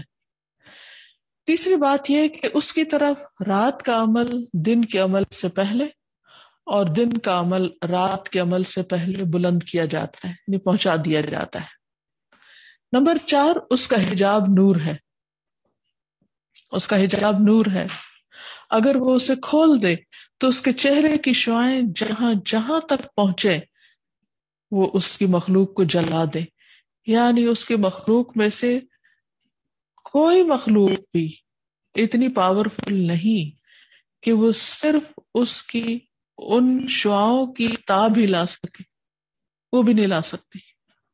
تو اس لیے دس از آؤٹ آف کوشچن کہ کوئی اللہ سبحانہ و تعالیٰ کو دیکھ سکے۔ یہ اس کا دیدار تو ایک انعام ہوگا، ایک فضل ہوگا، ایک ڈیلائٹ ہوگی جو اس کے خاص بندوں کے لیے جو جنت میں جانے والے ہیں ان کو بطور انعام ایک طرح سے نصیب ہوگا۔ پھر یہ ہے کہ نبی صلی اللہ علیہ وسلم نے یہ بھی فرمایا کہ جان لو کہ تم میں سے کوئی ایک اپنے رب کو مرنے سے پہلے نہیں دیکھ سکتا، یعنی اس دنیا میں نہیں پاسبل۔ موسیٰ علیہ السلام نے بھی اپنے رب سے پردے کے پیچھے کلام فرمایا تھا، رب کی تجلی نہیں دیکھی تھی۔ آدم علیہ السلام نے موسیٰ علیہ السلام سے پوچھا ایک روایت کے مطابق کہ آپ کون ہیں؟ انہوں نے کہا میں موسیٰ۔ کہا آپ بنی اسرائیل کے وہ نبی ہیں جن سے اللہ تعالیٰ نے پردے کے پیچھے سے کلام فرمایا تھا اور اپنے اور ان کے درمیان اپنی مخلوق میں سے کسی کو واسطہ نہیں بنایا تھا، یعنی کسی پیغمبر کے ذریعے نہیں بلکہ ڈائریکٹ بات چیت کی تھی؟ تو موسیٰ علیہ السلام نے کہا جی ہاں، اور اس کی تفصیل ہمیں قرآن مجید سے ملتی ہے۔ سورۃ الاعراف میں فرمایا وَلَمَّا جَاءَ مُوسَىٰ لِمِيقَاتِنَا وَكَلَّمَهُ رَبُّهُ قَالَ رَبِّ أَرِنِي أَنظُرْ إِلَيْكَ قَالَ لَن تَرَانِي وَلَكِنِ انظُرْ إِلَى الْجَبَلِ فَإِنِ اسْتَقَرَّ مَكَانَهُ فَسَوْفَ تَرَانِي فَلَمَّا تَجَلَّى رَبُّهُ لِلْجَبَلِ جَعَلَهُ دَكًّا وَخَرَّ مُوسَىٰ صَعِقًا فَلَمَّا أَفَاقَ قَالَ سُبْحَانَكَ تُبْتُ إِلَيْكَ وَأَنَا أَوَّلُ الْمُؤْمِنِينَ۔ اور جب موسیٰ علیہ السلام ہمارے مقرر وقت پر آ گئے، یعنی جب اللہ تعالیٰ نے ان کے لیے ملاقات کا وقت مقرر کیا تھا جو اس کے مطابق، اور اس کے رب نے ان سے کلام کیا تو انہوں نے کہا اے میرے رب مجھے دکھا کہ میں تجھے دیکھوں، یعنی ان کو شوق تھا دیکھنے کا۔ فرمایا تو مجھے ہرگز دیکھ نہ سکے گا، لیکن اس پہاڑ کی طرف دیکھ، اگر وہ اپنی جگہ برقرار رہا تو ان قریب تو مجھے دیکھ لے گا۔ تو جب اس کے رب نے پہاڑ پر تجلی کی تو اسے ریزہ ریزہ کر دیا اور موسیٰ علیہ السلام بے ہوش ہو کر گر پڑے۔ پھر جب انہیں ہوش آیا تو انہوں نے کہا پاک ہے تو، میں نے تیری طرف توبہ کی اور میں ایمان لانے والوں میں سب سے پہلا ہوں، یعنی میں بن دیکھے ہی تجھ پر ایمان لاتا ہوں۔ اور تجلی کے بارے میں حدیث میں آتا ہے، حضرت انس رضی اللہ عنہ سے مروی ہے کہ نبی صلی اللہ علیہ وسلم نے اس آیت فلما تجلی ربہ للجبل جعلہ دکا کی تفسیر میں فرمایا کہ چھنگلیاں یعنی یہ چھوٹی انگلی کے کنارے کے برابر، یعنی اس کے پور پر ہاتھ رکھ کے فرمایا کہ اس کے کنارے کے برابر، اور صرف اتنی تجلی سے پہاڑ زمین میں دھس گیا اور موسیٰ علیہ السلام بے ہوش ہو کر گر گئے۔ تو اس ساری گفتگو کا خلاصہ یہ ہے کہ اس دنیا کے اندر یہ ممکن ہی نہیں کہ کوئی شخص اپنے رب کو دیکھ سکے، اور جہاں اس خواہش کا اظہار کیا بھی گیا تو وہاں پر بتا دیا گیا کہ یہ ممکن نہیں، اور زندگی میں کوئی شخص دیکھ سکتا ہی نہیں۔ ہاں جب انسان دوسری دنیا میں جائے گا، جب مرنے کے بعد اگلے جہان میں پہنچے گا تو یہ پردہ ہٹے گا۔ تو اس ساری گفتگو کا خلاصہ یہ ہے کہ انسان کے لیے یہ ممکن ہی نہیں، پاسبل ہی نہیں کہ وہ اس دنیا میں اپنے رب کو دیکھ سکے، کیونکہ اس دنیا میں انسان کو محدود اختیارات اور محدود طاقتیں دی گئی ہیں۔ انسان اگر دیکھنا چاہے تو چند فٹ سے زیادہ دیکھ نہیں سکتا، اسی طرح اس کی سماعت بھی محدود ہے، اس کی جسمانی قوت بھی محدود ہے، مخصوص مقدار سے زیادہ وزن نہیں اٹھا سکتا۔ بہت سے کام ایسے ہیں کہ جن کا شوق رکھتے ہوئے بھی انسان کر نہیں سکتا کیونکہ اس کی اتنی طاقت نہیں۔ ہاں مرنے کے بعد جب انسان دوسری دنیا میں پہنچے گا تو اس کی ساری طاقتوں میں اضافہ کر دیا جائے گا، جس سے وہ سزا بھی بڑی سے بڑی بھگت سکے گا، اس کا مزہ چکھ سکے گا، اور اسی طرح بڑی سے بڑی جزا جو اللہ سبحانہ و تعالیٰ اپنے نیک بندوں کو دیں گے، اور جن میں سے ایک اپنا دیدار کروانا ہے، تو اس کو کروانے کے لیے، یہ نعمتیں عطا کرنے کے لیے انسان کو پھر صلاحیتیں اور طاقتیں بھی زیادہ دے دی جائیں گی، اور انعام سے بھرپور فائدہ اٹھانے کے لیے اس زندگی کو جو ہمیشہ کی ہے پوری طرح انجوائے کرنے کے لیے انسان کی ساری طاقتوں میں بے پناہ اضافہ کر دیا جائے گا۔ تو اس وقت انسان کے لیے ممکن ہوگا کہ وہ اپنے رب کو دیکھ سکے، اور اس وقت نگاہیں بھی تیز ہو جائیں گی اور باقی قوتیں بھی۔ اس کے بارے میں اللہ تعالیٰ فرماتے ہیں لَقَدْ كُنْتَ فِي غَفْلَةٍ مِّنْ هَذَا فَكَشَفْنَا عَنْكَ غِطَاءَكَ فَبَصَرُكَ الْيَوْمَ حَدِيدٌ، بلا شبہ یقیناً تو اس سے بڑی غفلت میں تھا، سو ہم نے آج تیرا پردہ تجھ سے ہٹا دیا، تو تیری نگاہ آج بہت تیز ہے۔ تو نگاہوں کے تیز ہونے کا ذکر قرآن مجید میں ملتا ہے۔ پھر اسی طرح یہ ہے کہ پہلے موقع پر جب انسان کا حساب ہوگا تو اللہ اور بندے کے درمیان کوئی حجاب نہ ہوگا، کوئی ترجمان نہ ہوگا۔ صحیح بخاری میں آتا ہے پھر تم میں سے ہر ایک اس حال میں اللہ کے سامنے کھڑا ہوگا، اپنے آپ کو وہاں محسوس کیجئے، ہر ایک اللہ کے سامنے اس حال میں کھڑا ہوگا کہ اس کے اور اللہ تعالیٰ کے درمیان کوئی پردہ نہ ہوگا، کوئی رکاوٹ نہیں ہوگی، اور نہ ترجمانی کے لیے کوئی ترجمان ہوگا، یعنی کوئی بیچ میں انٹرپریٹر نہیں ہوگا، کوئی اور ساتھ نہیں ہوگا۔ ہر انسان کو تنہا اکیلے اپنے اعمال کے ساتھ اپنے خالق، اپنے مالک، اپنے رب کے سامنے کھڑے ہونا ہوگا۔ اس وقت حال کیا ہوگا اور اس وقت انسان کی کیفیت کیا ہوگی، اس کا انسان تصور بھی نہیں کر سکتا۔ بہرحال ہم میں سے ہر ایک کو اس دن کے لیے تیاری کرنی چاہیے۔ پھر اسی طرح عدی بن حاتم کی روایت ہے کہ رسول اللہ صلی اللہ علیہ وسلم نے فرمایا تم میں سے کوئی ایک ایسا نہیں ہوگا جس سے اس کا رب کلام نہ کرے گا، ہر ایک سے بات کرے گا، اس کے اور بندے کے درمیان کوئی ترجمان نہ ہوگا، نہ کوئی حجاب ہوگا کہ وہ اسے چھپائے رکھے، یعنی ہر چیز کھل کر سامنے آ جائے گی، انسان کی نیتیں بھی، ارادے بھی، اس کے چھپ کے کیے ہوئے اعمال، اس کے ظاہری کیے ہوئے اعمال، اس کے چھوٹے عمل، اس کے بڑے، ہر چیز سامنے آ جائے گی، اور اللہ سبحانہ وتعالیٰ کو انسان اپنے سامنے پائے گا۔ قرآن مجید میں آتا ہے یومئذ تعرضون لا تخفی منکم خافیہ، جس دن تم پیش کیے جاؤ گے، لا تخفی منکم خافیہ، کوئی چھپی چیز تم سے چھپی نہ رہ جائے گی۔ لیکن دنیا میں اللہ سبحانہ وتعالیٰ نے جب اپنے پیغمبروں سے بھی کلام کیا، ان کی طرف وحی کی تو پردے کے پیچھے سے، جیسا کہ قرآن مجید میں ہم دیکھتے ہیں وحی کی صورتیں جو بتائی گئی ہیں ان میں جو چیز آتی ہے وہ بھی حجاب کا لفظ آتا ہے۔ سورۃ شورى میں فرمایا وَمَا كَانَ لِبَشَرٍ أَن يُكَلِّمَهُ اللَّهُ إِلَّا وَحْيًا أَوْ مِن وَرَاءِ حِجَابٍ أَوْ يُرْسِلَ رَسُولًا فَيُوحِي بِإِذْنِهِ مَا يَشَاءُ إِنَّهُ عَلِيٌّ حَكِيمٌ، اور کسی بشر کے لیے ممکن نہیں کہ اللہ اس سے کلام کرے مگر وحی کے ذریعے، یعنی وحی کہتے ہیں خفیہ اشارے کو، یا پردے کے پیچھے سے، یعنی حجاب کے پیچھے سے، جیسے موسیٰ علیہ السلام سے کیا، یا یہ کہ وہ کوئی رسول بھیجے، یعنی کوئی فرشتہ بھیجے، پھر اپنے حکم کے ساتھ وحی کرے جو چاہے، بے شک وہ بے حد بلند اور کمال حکمت والا ہے، یعنی یہ اس کا اپنا فیصلہ ہے اور وہ حکمت پر مبنی ہے کہ وہ بندوں سے اپنے آپ کو چھپا کر رکھے۔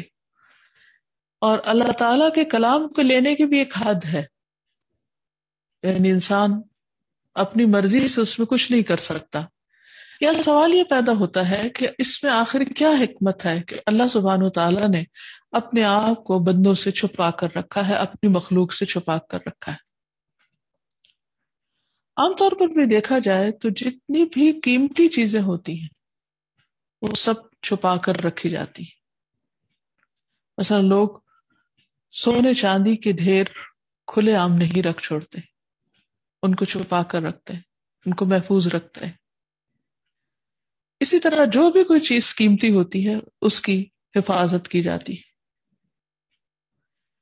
اگر دیکھا جائے تو اس کائنات میں سب سے زیادہ عظیم ترین چیز، قیمتی ترین چیز، حسین ترین چیز کون ہے، کیا ہے؟ اللہ رب العزت کی ذات۔ تو اللہ سبحانہ وتعالیٰ نے اپنے آپ کو پردے میں رکھنا پسند کیا۔ پھر دوسری بات یہ ہے کہ اللہ تعالیٰ نے چونکہ انسان کو اس دنیا میں امتحان کے لیے پیدا کیا، تو اگر اللہ تعالیٰ خود سامنے ہوتا اور سامنے آ کر لوگوں کو کام کرنے کے لیے کہتا، اپنی عبادت کا حکم دیتا، تو کون ٹال سکتا تھا؟ تو اس لیے ہم اس بات پر اب مزید بھی غور کریں گے کہ اللہ سبحانہ وتعالیٰ نے اپنے آپ کو کیوں چھپا کر رکھا، اور اس سلسلے میں قرآن مجید میں کیا حکم آتا ہے۔ اللہ تعالیٰ نے انسان کو اپنی عبادت کے لیے پیدا کیا۔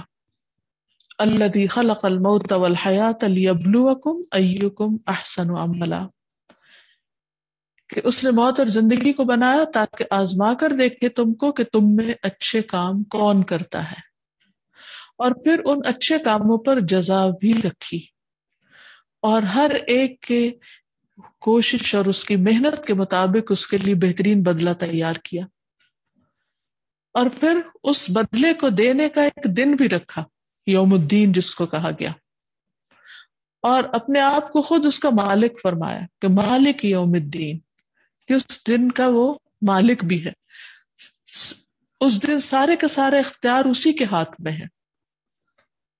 اور پھر بندوں کو اپنے آپ کو چھپا کر ایک امتحان میں ڈالا کہ اس لیے تمہیں پیدا کیا گیا ہے، اور اگر تم یہ کام کر کر آؤ گے تو تمہارے لیے جزا بھی چھپا کر رکھی گئی ہے اور وہ تمہیں ضرور ملے گی۔ تو جو اللہ تعالیٰ کے وعدوں پر یقین رکھتے ہوئے اللہ تعالیٰ کے احکامات کے مطابق اس دنیا میں کام کرتے ہیں اور اچھے کام کرتے چلے جاتے ہیں تو ان کے لیے بہترین بدلہ ہے، ایسا جسے کسی آنکھ نے دیکھا ہی نہیں، جس کا کوئی تصور بھی نہیں کر سکتا۔ پھر یہ ہے کہ ایمان بالغیب کا امتحان ہے۔ اللہ سبحانہ و تعالیٰ نے بندوں سے جو کچھ چاہا ہے ان میں سب سے پہلی چیز ایمان بالغیب ہے۔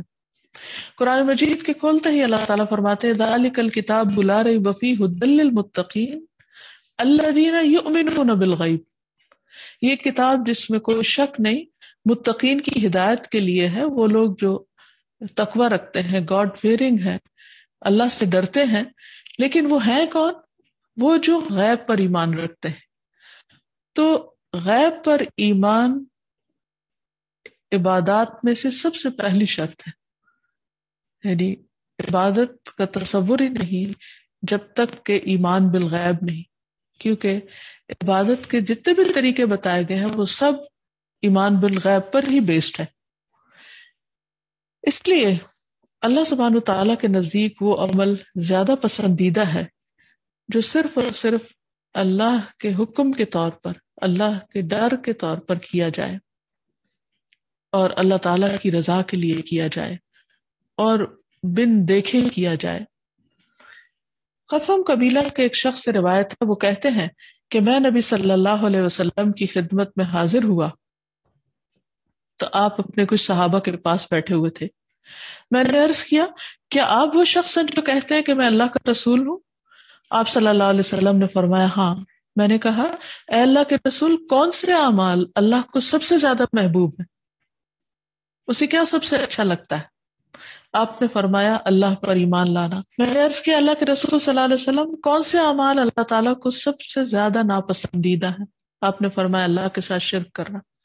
تو گویا سب سے زیادہ پسندیدہ عمل اللہ پر ایمان لانا ہے، اور اللہ تعالیٰ تو دکھائی نہیں دیتے، تو گویا ایمان بالغیب ہے کہ اسے دیکھے بغیر اس کو مان جانا، اس پر یقین کرنا، اس پر اعتماد رکھنا، اور پھر پورے اخلاص کے ساتھ۔ پھر یہ ایمان بالغیب جو ہے یہ انسان کے اخلاص کا بھی امتحان ہے۔ نبی صلی اللہ علیہ وسلم نے فرمایا 3 خصلتیں ایسی ہیں جس میں مسلمان کا دل کبھی بھی خیانت نہیں کر سکتا، اور ان میں سے ایک عمل میں اللہ کے لیے اخلاص، کہ جب لوگ دیکھتے ہو تو ان کو دکھانے کے لیے نہیں بلکہ اس کو دکھانے کے لیے جو نظر نہیں آتا۔ اور یہ کتنا مشکل ٹیسٹ کہ انسان جو سامنے ہو اس کو دکھانے کے لیے تو بہت خوشی سے کام کر لیتا ہے اور وہ کام کرنا بھی بہت آسان ہوتا ہے، لیکن وہ جو نظر نہیں آتا اس کو دکھانے کے لیے کام کرنا، سامنے والوں کو چھوڑ کر اوپر والے کو جو دکھائی نہیں دیتا اس کی رضا کے کام، یہ ایک بہت بڑا امتحان ہے۔ اور اسی لیے اخلاص کے ساتھ کیا ہوا چھوٹا سا عمل بھی بہت بڑا ہے، اللہ تعالیٰ کے ہاں بہت پسندیدہ ہے۔ پھر اللہ تعالیٰ یہ دیکھنا چاہتا ہے کہ کون بن دیکھے اس کو راضی کرتا ہے۔ جب کوئی ہمارے سامنے ہوتا ہے اور وہ ہم سے ناراض ہو جاتا ہے تو اس کی ناراض نگاہیں، ناراض شکل ہمیں پریشان رکھتی، تو ہم کوشش نہ کرتے، اور خاص طور پر اگر کوئی ہمارا پسندیدہ انسان ہو، کو محبوب ہو، یا جس کے ساتھ ہمیں کسی قسم کا خاص تعلق یا غرض وابستہ ہو، تو اس کی ناراضگی ہم پر بہت گراں گزرتی، اور جب ہم سامنے دیکھتے ہیں ناراض تو منانے کی کوشش کرتے ہیں، اور پھر ایسے کاموں سے بھی بچنے کی کوشش کرتے ہیں کہ جن سے وہ ناراض ہو آئندہ۔ لیکن اللہ سبحانہ و تعالیٰ وہ تو نظر ہی نہیں آتے، اور پھر نظر نہ آنے کے باوجود جب ہمیں یہ پتا ہو کہ کس بات سے وہ ناراض ہوتا ہے، اس بات سے بچنا یہ کچھ چھوٹی سی نیکی نہیں، چھوٹی سی بات نہیں، معمولی چیز نہیں۔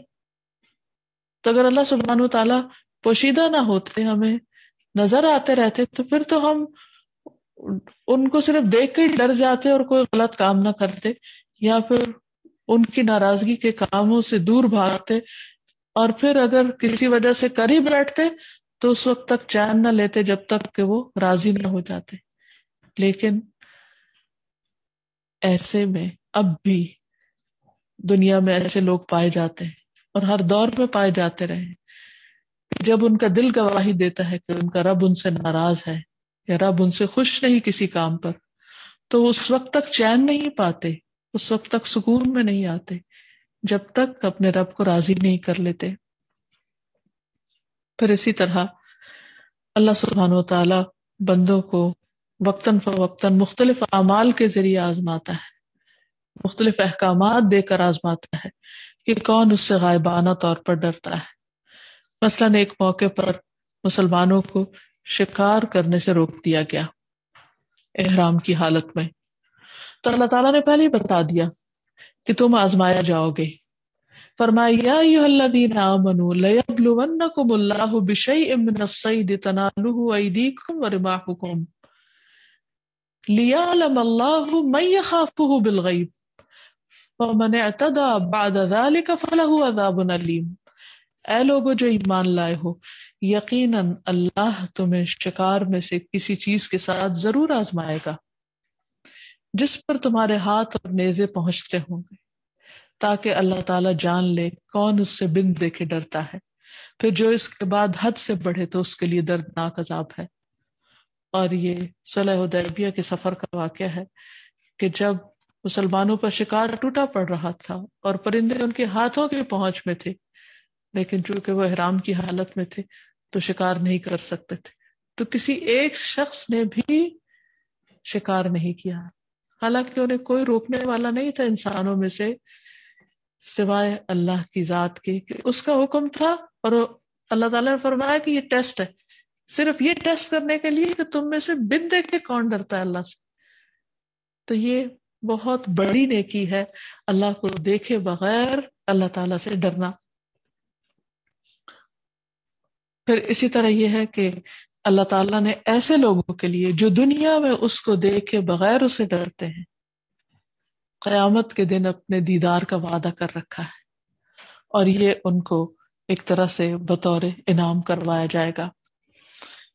اللہ تعالیٰ فرماتے ہیں وجوہ یومئذ ناظرہ الی ربہا ناظرہ، کچھ چہرے اس دن تر و تازہ ہوں گے، اپنے رب کی طرف دیکھ رہے ہوں گے، اور وہاں سے ان کی نگاہ نہ ہٹے گی اور وہ کہیں اور دیکھنا نہ چاہیں گے، کیونکہ اس سے بڑی خوشی کی اور راحت کی چیز کوئی اور انہوں نے آج تک نہ دیکھی ہوگی۔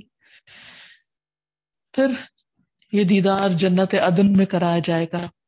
رسول اللہ صلی اللہ علیہ وسلم نے فرمایا جنت میں 2 باغ چاندی کے ہوں گے جن کے برتن اور تمام دوسری چیزیں چاندی کی ہوں گی، اور 2 سونے کے باغ ہوں گے جن کے برتن اور تمام دوسری چیزیں سونے کی ہوں گی، اور جنت عدن میں جنتیوں کے اپنے رب کے دیدار میں کوئی چیز رکاوٹ نہ بنے گی سوائے کبریائی کی چادر کی جو اس کے چہرے پر ہوگی، یعنی ایون دن کبریائی کی چادر ہوگی جو اس کی بڑائی اور اس کے حسن میں اور زیادہ اضافہ کر رہی ہوگی۔ کوئی چیز یہ کے لیے کبریائی کی چادر دیدار میں رکاوٹ نہیں ہوگی، کیونکہ دوسری حدیث میں آتا ہے کہ اللہ تعالیٰ کو دیکھنے میں کوئی بھی چیز حائل نہیں ہوگی۔ نبی صلی اللہ علیہ وسلم نے فرمایا بے شک تم اپنے رب کو صاف صاف دیکھو گے۔ حضرت جریر کی روایت میں ہے کہ ہم نبی صلی اللہ علیہ وسلم کی خدمت میں بیٹھے ہوئے تھے، آپ نے 14ویں رات کے چاند کی طرف دیکھا اور فرمایا تم لوگ ضرور اپنے رب کو اسی طرح دیکھو گے جس طرح چاند کو دیکھ رہے ہو، تمہیں اس کے دیدار میں کوئی مشقت نہیں ہوگی، یعنی بہت سہولت سے دیکھ پاؤ گے، کوئی بھیڑ نہیں ہوگی وہاں پر۔ بس اگر تمہیں اس کی طاقت ہو کہ سورج طلوع ہونے کے پہلے اور سورج غروب ہونے کے بعد میں نمازوں میں سستی نہ کرو تو ایسا کر لو، یعنی جو شخص یہ چاہتا ہے کہ اپنے رب کا دیدار کرے تو پھر اسے نمازوں کی پابندی کرنی چاہیے، اور خصوصی طور پر فجر اور مغرب کی نماز کی بات ہو رہی ہے۔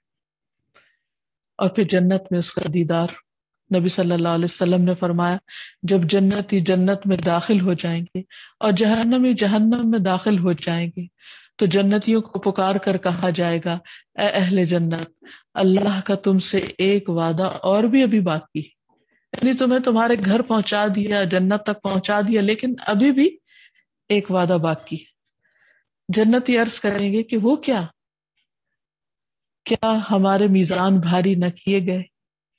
کیا ہمارے اعمال نامے ہمارے دائیں ہاتھوں میں نہ دے دیے گئے اور ہمیں جہنم سے بچا کر جنت میں داخل نہ کر دیا گیا؟ اس کے جواب میں حجاب اٹھا دیا جائے گا اور اللہ عز و جل ان کے لیے تجلی فرمائے گا، اور اسے دیکھ کر وہ ساری باقی نعمتوں کو بھول جائیں گے۔ پھر یہ بھی یاد رہے کہ جنت میں جانے والا ہر شخص اللہ سبحانہ و تعالیٰ کا دیدار کر پائے گا اپنے اپنے اعمال اور درجے کے مطابق، جہاں جہاں اس کو جگہ ملے گی۔ ابو رزین کہتے ہیں کہ میں نے کہا یا رسول اللہ صلی اللہ علیہ وسلم، کیا ہم میں سے ہر ایک اپنے رب کو دیکھے گا؟ ہم سب دیکھ پائیں گے؟ تو ابن معاذ راوی کہتے ہیں کہ کیا قیامت کے دن ہر شخص تنہا اللہ کو دیکھے گا، اکیلے اکیلے؟ اور اس کی مخلوقات میں اس کی مثال کیا ہے؟ آپ نے فرمایا ابو رزین، کیا تم میں سے ہر ایک 14ویں کے چاند کو الگ الگ نہیں دیکھتا؟ وہ چاند تو ایک ہی ہوتا ہے لیکن ہر ایک الگ الگ دیکھتا ہے۔ میں نے کہا کیوں نہیں؟ فرمایا پھر اللہ تو زیادہ عظمت والا ہے۔ تو ابن معاذ رضی اللہ عنہ نے کہا چاند تو اللہ کی مخلوقات میں سے ایک مخلوق ہے، بس اللہ تو بزرگ اور اعظم ہے، وہ تو بہت بڑا ہے، تو اس کو دیکھنے میں تو کچھ بھی مشکل نہیں ہوگی۔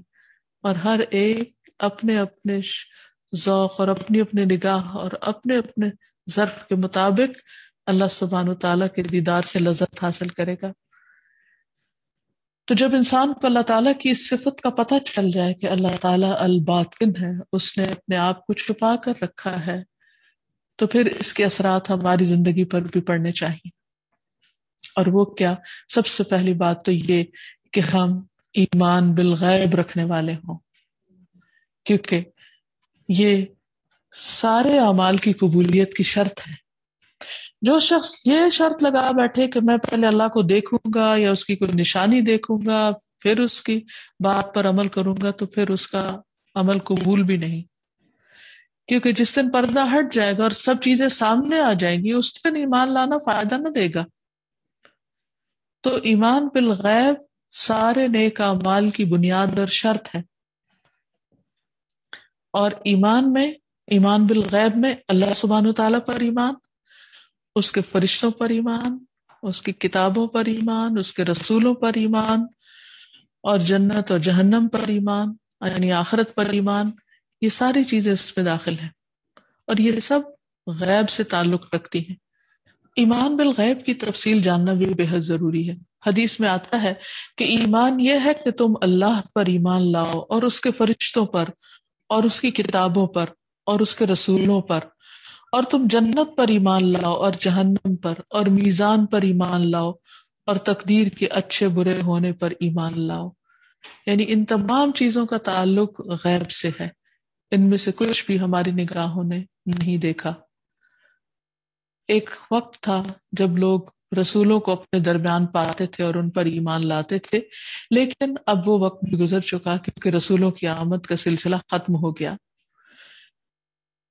اور جو شخص غیب کی ان تمام حقیقتوں پر ایمان رکھتا ہے، اس کے بعد جو بھی وہ عمل کرتا ہے اس کے اعمال کا درجہ کئی گنا بڑھ جاتا ہے۔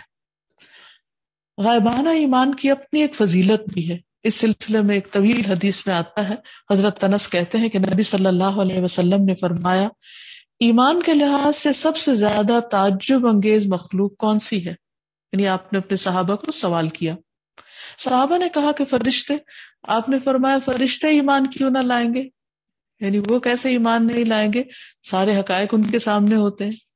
انہیں کہا پھر انبیاء ہوں گے۔ آپ نے فرمایا انبیاء کی طرف تو وحی کی جاتی ہے، وہ کیسے ایمان نہیں لائیں گے؟ انہوں نے کہا پھر صحابہ ہوں گے۔ آپ نے فرمایا صحابہ تو انبیاء کے ساتھ ہوتے ہیں، انہیں ایمان قبول کرنے میں کیا دقت ہے؟ دراصل ایمان کے لحاظ سے سب سے زیادہ تعجب انگیز لوگ وہ ہیں جو تمہارے بعد آئیں گے، وہ وحی الہی کو کتاب کی صورت میں پائیں گے، لیکن وہ اس پر ایمان لے آئیں گے، اس کی پیروی کریں گے۔ تو یہی وہ لوگ ہیں جن کا ایمان قابل تعجب ہے، یا یہی وہ مخلوق ہیں جن کا ایمان تعجب کے لائق ہے۔ یعنی انہوں نے کچھ دیکھا نہیں ہوگا، کسی چیز کا براہ راست مشاہدہ نہیں کیا ہوگا، لیکن پھر بھی وہ ایمان رکھتے ہوں گے، ان کا یقین ہوگا کہ یہ سب کچھ سچ ہے، جنت حق ہے، آگ حق ہے، انبیاء حق ہے، آخرت حق ہے، اللہ سبحانہ و تعالی حق ہے. ان سب چیزوں کو وہ ایک حقیقت کے طور پر مانتے ہوں گے. اسی وجہ سے ان لوگوں کا اجر و ثواب بھی کئی گنا زیادہ ہے. صحابہ نے کہا کہ اللہ کے رسول صلی اللہ علیہ وسلم کیا ایسے لوگ بھی ہیں جو اجر و ثواب میں ہم سے بڑھ کر ہیں؟ کیونکہ ہم تو آپ پر ایمان لائے اور آپ کی اطاعت اور فرما برداری کی. آپ نے فرمایا بھلا تم ایمان کیوں نہ لاتے؟ تمہیں کس چیز نے روکا ہوا ہے؟ اللہ کے رسول تمہارے اندر موجود ہیں، تمہارے سامنے آسمان سے وہی نازل ہوتی ہے. اجر و ثواب کے اعتبار سے وہ لوگ جو تمہارے بعد آئیں گے، جنہیں قرآن 2 تختیوں میں موصول ہوگا، یعنی کتاب کی شکل میں، وہ اس پر ایمان لائیں گے اور اس پر عمل کریں گے، یہ لوگ اجر و ثواب میں تم سے افضل ہوں گے. یعنی غیبانہ طور پر اس کتاب کو اللہ کی کتاب سمجھنا اور پھر اس کے ایک ایک لفظ کو سچ سمجھنا اور پھر اس کے اوپر عمل کرنا، یہ کوئی معمولی کام نہیں ہے، اجر کے اعتبار سے بہت بڑا ہے. گویا ایمان بالغیب بنیاد ہے، اور اگر یہ بنیاد درست ہو جائے تو باقی تمام چیزیں درست ہو جاتی ہیں. کتنے لوگ ہیں جو آج صرف اس بات پر سٹرگل کرتے رہتے ہیں اور صرف اس لیے اللہ کو نہیں مانتے کہ انہوں نے دیکھا نہیں، اس لیے رسولوں کو نہیں مانتے کہ انہوں نے ان کو دیکھا نہیں. لیکن اگر اللہ سبحانہ تعالیٰ اور اس کی کتاب کو پڑھ لیں اور رسول اللہ صلی اللہ علیہ وسلم کی زندگی کے حالات اور ان کے تعلیمات کو پڑھ لیں تو پھر ایمان لانا کچھ مشکل بھی نہ رہے. بہرحال یہ تو اللہ کا فضل ہوتا ہے، جس کو بھی وہ ہدایت دے اور جس کا دل اس پر کھول دے، کیونکہ نشانیاں اور دلائل اتنے بے شمار ہیں کہ جن کا احاطہ نہیں کیا جا سکتا. اسی لیے اللہ تعالیٰ فرماتے ہیں انما تنذر من اتبع الذکر وخشی الرحمن بالغیب فبشرہ بمغفرۃ واجر کریم. تو صرف اسی کو ڈراتا ہے جو نصیحت کی پیروی کرے اور رحمان سے بن دیکھے ڈرے، سو اسے بڑی بخشش اور باعزت اجر کی خوشخبری دے دو. تو اللہ تعالیٰ ایسے لوگوں کو بہترین عزت کی خوشخبری دے رہے ہیں جو غائبانہ طور پر ایمان رکھتے ہوں. ایک اور جگہ فرمایا الذین یخشون ربهم بالغیب وهم من الساعة مشفقون، جو بن دیکھے اپنے رب سے ڈرتے ہیں اور وہ قیامت سے بھی ڈرنے والے ہیں. ایک اور جگہ پر فرمایا ان الذین یخشون ربهم بالغیب لهم مغفرۃ واجر کبیر، یقیناً جو لوگ اپنے رب سے بغیر دیکھے ڈرتے رہتے ہیں ان کے لیے بڑی بخشش اور بہت بڑا اجر ہے.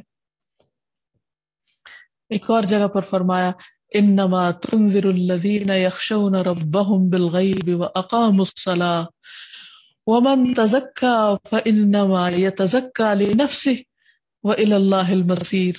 آپ تو صرف انہی لوگوں کو ڈرا سکتے ہیں جو بن دیکھے اپنے پروردگار سے ڈرتے ہیں اور نماز قائم کرتے ہیں، اور جس نے تزکیہ کیا یعنی اپنے نفس کی تزکیہ، اپنے نفس کو پاک صاف کیا، تو وہ اپنے ہی لیے یہ سب کچھ کرتا ہے اور اللہ کی طرف ہی سب کو لوٹ کر جانا ہے، یعنی اس کو پھر اپنی اس کوشش کا اجر اور صلہ مل کر رہے گا. اسی طرح جو لوگ غائبانہ طور پر ڈرتے ہیں پھر ان کے اعمال بھی بہت قیمتی ہوتے ہیں. فرمایا رجال لا تلہیہم تجارۃ ولا بیع عن ذکر اللہ واقام الصلاۃ یخافون یوما تتقلب فیہ القلوب والابصار. وہ مرد جنہیں اللہ کے ذکر سے اور نماز قائم کرنے سے اور زکوٰۃ دینے سے نہ کوئی تجارت غافل کرتی ہے اور نہ کوئی خرید و فروخت، وہ اس دن سے ڈرتے ہیں جس میں دل اور آنکھیں پلٹ جائیں گی. تو جو شخص ہر جگہ اللہ تعالیٰ کا تقوی اختیار کرتا ہے، اللہ سبحانہ و تعالیٰ اس کی حفاظت فرماتا ہے اور اس کے اس تقوی کی قدردانی فرماتا ہے، کیونکہ تقوی نام ہی غائبانہ طور پر اللہ تعالیٰ سے ڈرنے کا ہے. جو کام انسان لوگوں کے ڈر سے کرتا ہے اور پھر اگر یہ کہتا ہے کہ وہ اللہ سے ڈر کے کر رہا ہے تو اس کا کچھ بھی فائدہ نہیں. اور حقیقت میں ہم دیکھتے ہیں کہ پیغمبر ہوں یا اللہ سبحانہ تعالیٰ کے نیک بندے ہوں یا اس کے فرشتے ہوں، سب کے سب اللہ سبحانہ تعالیٰ سے غائبانہ طور پر ڈرتے ہیں. اور ایسے آنسو کی بھی بہت قدردانی ہے کہ جو تنہائی میں بہائے جائیں اور صرف اللہ کے ڈر سے بہائے جائیں. ایسی آنکھوں کو آگ نہیں چھوئے گی جو اللہ سبحانہ تعالیٰ کے ڈر سے بہہ پڑے.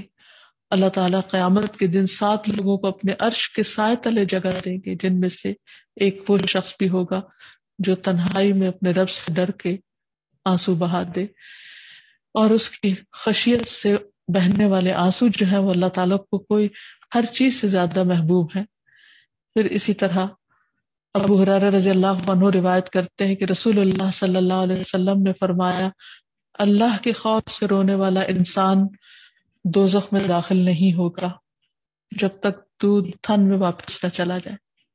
یعنی یہ اتنا بڑا مقام ہے اور اس کا اتنا بڑا اجر ہے، اور یہ ایک حقیقت ہے کہ اللہ سبحانہ و تعالیٰ نے یہ جنت ایسے ہی لوگوں کے لیے تیار کی ہے. اور آخر میں یہ کہ انسان اپنے رب سے غائبانہ طور پر ڈرتے ہوئے اس سے دعائیں بھی کرے، اور اللہ تعالیٰ کے اس نام کے ساتھ خاص طور پر دعا مانگے، جیسے رسول اللہ صلی اللہ علیہ وسلم نے مانگی، اللہم رب السماوات ورب الارض ورب العرش العظیم ربنا ورب كل شيء فالق الحب والنوى ومنزل التوراة والإنجيل والفرقان أعوذ بك من شر كل شيء أنت آخذ بناصيته اللهم أنت الأول فليس قبلك شيء وأنت الآخر فليس بعدك شيء وأنت الظاهر فليس فوقك شيء وأنت الباطن فليس دونك شيء اقض عنا الدين وأغننا من الفقر. اے اللہ، اے آسمانوں کے رب اور اے زمین کے رب اور عرش عظیم کے رب، اے ہمارے رب اور ہر چیز کے رب، دانے اور گٹلی کو پھاڑ کر اگانے والے، اے تورات اور انجیل اور فرقان کو نازل کرنے والے، میں ہر شر والی چیز سے تیری پناہ چاہتا ہوں جس کی پیشانی تو ہی پکڑے ہوئے ہے. اے اللہ، تو سب سے پہلے ہے، تجھ سے پہلے کچھ نہ تھا، تو سب سے آخر ہے، تیرے بعد کچھ نہ ہوگا، تو ہی ظاہر ہے، تجھ سے زیادہ ظاہر کوئی نہیں، تو ہی پوشیدہ ہے، تجھ سے پوشیدہ تر کوئی نہیں. ہمارا قرض ادا فرما دے اور ہمیں محتاجی سے بے پرواہ کر دے. تو گویا جو شخص اس دعا کے ساتھ اللہ تعالیٰ سے اپنی محتاجی دور کرنے کے لیے اللہ سے درخواست کرے گا تو اس کی محتاجی ضرور دور ہوگی. اللہ تعالیٰ ہمیں اپنی بہترین پہچان عطا کرے اور ہمارے اعمال کو اس کے مطابق بدل دے. وآخر دعوانا ان الحمد للہ رب العالمین. السلام علیکم ورحمۃ اللہ وبرکاتہ. القاهر يا الله، أنت الحسيب يا الله، أنت الشافي يا الله، أنت المبين يا الله، أنت الوكيل يا الله، أنت القيوم يا الله، أنت المتين يا الله، أنت السبوح يا الله. لا إله إلا الله محمد رسول الله، لا إله إلا الله محمد رسول الله.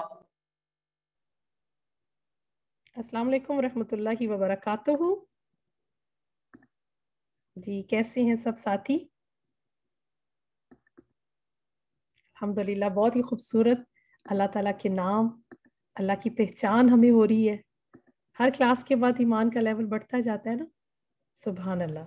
چلے ہم چند باتوں کو دیکھتے ہیں. نحمدہ ونصلی علی رسول الکریم، اما بعد، فاعوذ باللہ من الشیطان الرجیم، بسم اللہ الرحمن الرحیم.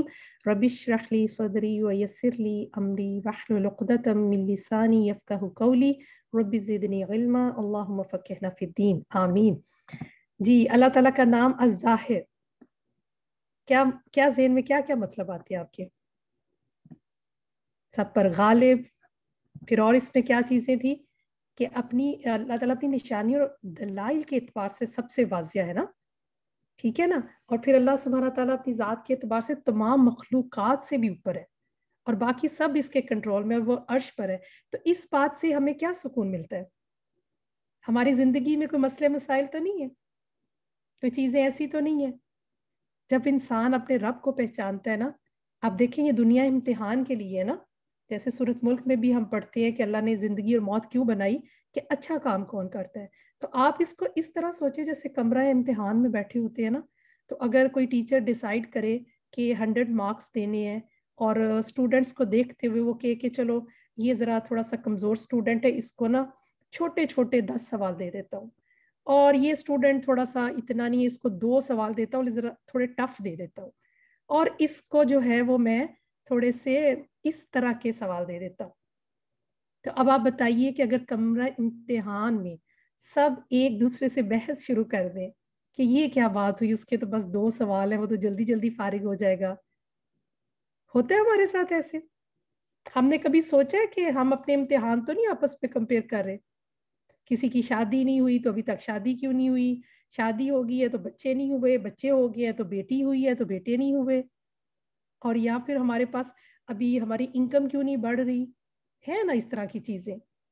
تو سبحان اللہ، جو انسان اپنے رب کو پہچانتا جاتا ہے، جب اللہ اپنی مخلوق کے اوپر ہے، اس کے کنٹرول میں سب کچھ، تو کیا وہ میری مشکل دور نہیں کر سکتا؟ تو انسان پھر سوچتا ہے کہ اگر اتنی دعاؤں کے باوجود، اتنی چیزیں کرنے کے باوجود میرے کچھ حالات نہیں بدل رہے، تو اسی میں میرے لیے خیر ہے، ٹھیک ہے نا؟ تو سب سے پہلے کیا چیز ہوگی کہ سکون قلب ملے گا، اور پھر پتہ بھی یہ ہے کہ جب نمبر اسی نے دینے ہیں، فار ایور کی جنت وہاں پر ہے، پرفیکشن وہاں پر ہوگی، تو فکر کی کائے کی بات نا، یہ حساب کتاب دنیا کے لگانے ہم چھوڑ دیں گے، کیونکہ اللہ نے تو کوشش دیکھنی ہے نا۔ دیکھیں رزلٹ کی بات نہیں آتی کہ کیوں نہیں تم نے یہ کام پورا کیا، اللہ تو ہر انسان کی کوشش دیکھے گا، اور اس میں سب سے بڑی چیز اخلاص کی ہے، جو کہ کوئی انسان کسی دوسرے کا چیک نہیں کر سکتا۔ جتنا دل اندر سے پیور ہوگا، اللہ کی خاطر ہوگا، غائب پر ایمان ہوگا، یہی ہے نا۔ اب آپ دیکھیے ظاہر آپ پڑھ رہے ہیں اللہ کا نام، تو اگر ہمیں اپنے معاملات میں نظر نہیں آ رہا، ہمیں اپنے معاملات میں اللہ کا غلبہ نظر نہیں آ رہا، ہم دیکھ رہے ہیں کہ اللہ کے کنٹرول میں سب کچھ ہے، اور اگر میں تھوڑی سی بے قرار ہو رہی ہوں، میں کسی سے ناراض ہو رہی ہوں، اپنے ہسبینڈ سے ناراض ہو رہی ہوں کہ یہ کیوں نہیں آپ کرتے، آپ ایسا کیوں نہیں کرتے، تو پھر تو اس کا مطلب ہے نا کہ میں تو منہ سے ہی الظاہر کہہ رہی ہوں نا، ٹھیک ہے نا؟ پھر اس کا مطلب ہے کہ میں اللہ کو غلبے والا نہیں سمجھتی، نعوذ باللہ۔ تو اللہ کی ذات کو جیسے جیسے انسان پہچانتا جاتا ہے نا، تو اس کے معاملات اتنے سکون سے ہو جاتے ہیں۔ پھر آپ دیکھیں کہ حدیث میں اور کیا آتا ہے کہ وَأَنْتَ ظَاهِرٌ فَلَيْسَ فَوْقَكَ شَيْءٌ، تو اس کے اوپر کوئی چیز نہیں ہے نا۔ اور پھر کیا ہوتا ہے کہ وہ جسے چاہے اپنے بندوں میں سے بھی غلبہ دے سکتا ہے۔ اب اس کا مطلب ہے کہ ہم دنیا میں جو تقسیم ہے نا، اس پہ راضی برضا ہو جائے، ہم کبھی بھی یہ نہ کہ یہ فلاں شخص تو ڈیزرو ہی نہیں کرتا۔ کبھی آتا تو نہیں ذہن میں، کبھی کسی کو دیکھ کر کہتے ہو کہ اللہ یہ اس کے پاس جو چیز ہے یہ تو بالکل اس قابل نہیں ہے۔ کئی لوگ جو ہیں وہ کسی لڑکی کی پوری سی شکل صورت دیکھتے ہیں اور کہتے ہیں کہ اللہ اس کو جو ہسبینڈ ملا ہے، ایسی باتیں تو نہیں ہم کرتے ہیں نا، نہیں کرتے نا۔ یہاں کسی کو دیکھتے ہیں یہ تو بالکل نکمی سی تھی، اس کی تو کیا قسمت ہے۔ کبھی آتا ہے ہمارے ذہن میں کچھ ایسی چیزوں کو دیکھ کر کے یہ اس کو کیوں ملا، یہ تو اس کے قابل نہیں تھا۔ تو انسان جب یہ سوچتا ہے نا کہ یہ اللہ کی تقسیم ہے، تو الحمدللہ پھر انسان ایسی بحثیں بھی نہیں کرتا۔ پھر اس کے بعد آپ دیکھیں کہ اللہ تعالیٰ کے غلبہ اور قدرت کے دلائل پوری کائنات کی نشانیاں موجود ہیں۔ جب ہم باہر نکلتے ہیں، کبھی ہم نے سوچا کہ یہ آسمان بغیر ستونوں کے نظر آ رہا ہے، کتنے مزے سے ہم گزر جاتے ہیں نا۔ کوئی بھی چیز آپ دیکھیں کہ ہم اتنے عادی ہو چکے ہیں کہ ہم اس کی قدرت کی نشانیوں پہ غور ہی نہیں کرتے نا۔ پھر آپ دیکھیں کہ اللہ تعالیٰ کا دوسرا نام جو تھا الباطن، کیا ذہن میں آتا ہے آپ کی چیزیں؟ کوئی بھی اتنا آپ نے لیکچر سنا، کچھ بھی آپ کے اپنے ذہن میں بات آئی ہو؟ سب سے پوشیدہ ہے، تو پھر ہمیں کیا کرنا چاہیے کہ اللہ سبحانہ تعالیٰ کے خوبصورت ناموں سے ایک نام الباطن، جس کا معنی سب سے پوشیدہ ہے، اور ایسی ذات ہے جسے آج تک اس کی مخلوق میں سے کسی نے نہیں دیکھا۔ پھر آپ دیکھیں کہ اللہ تعالیٰ نور ہے، جسے دیکھا نہیں جا سکتا، مخلوق اس کا دیدار برداشت بھی نہیں کر سکتی۔ اور آپ دیکھیں کہ یہ سارے امتحان ہیں نا، جیسے موسیٰ علیہ السلام نے بھی کیا تمنا کی تھی کہ اللہ میں تجھے دیکھنا چاہتا ہوں نا۔ اب آپ دیکھیں جیسے جیسے آپ قرآن پڑھتے جاتے ہیں نا، آپ اللہ کے بارے میں سوچتے جاتے ہیں۔ بتائیے یہ جو آج لیکچر سن رہے تھے، آخرت کی بات ہو رہی تھی، دیدار کی بات ہو رہی تھی، اللہ کی کبریائی کی چادر کی بات ہو رہی تھی، بتائیے کتنا شوق بڑھ رہا تھا نا، ہے نا ایسا؟ مطلب جیسے جیسے اللہ کی ذات کے بارے میں کرتے ہیں، آپ میں سے کس کس کو شوق آ رہا تھا؟ کسی کو شوق نہیں آ رہا تھا اللہ تعالیٰ کو دیکھنے کا؟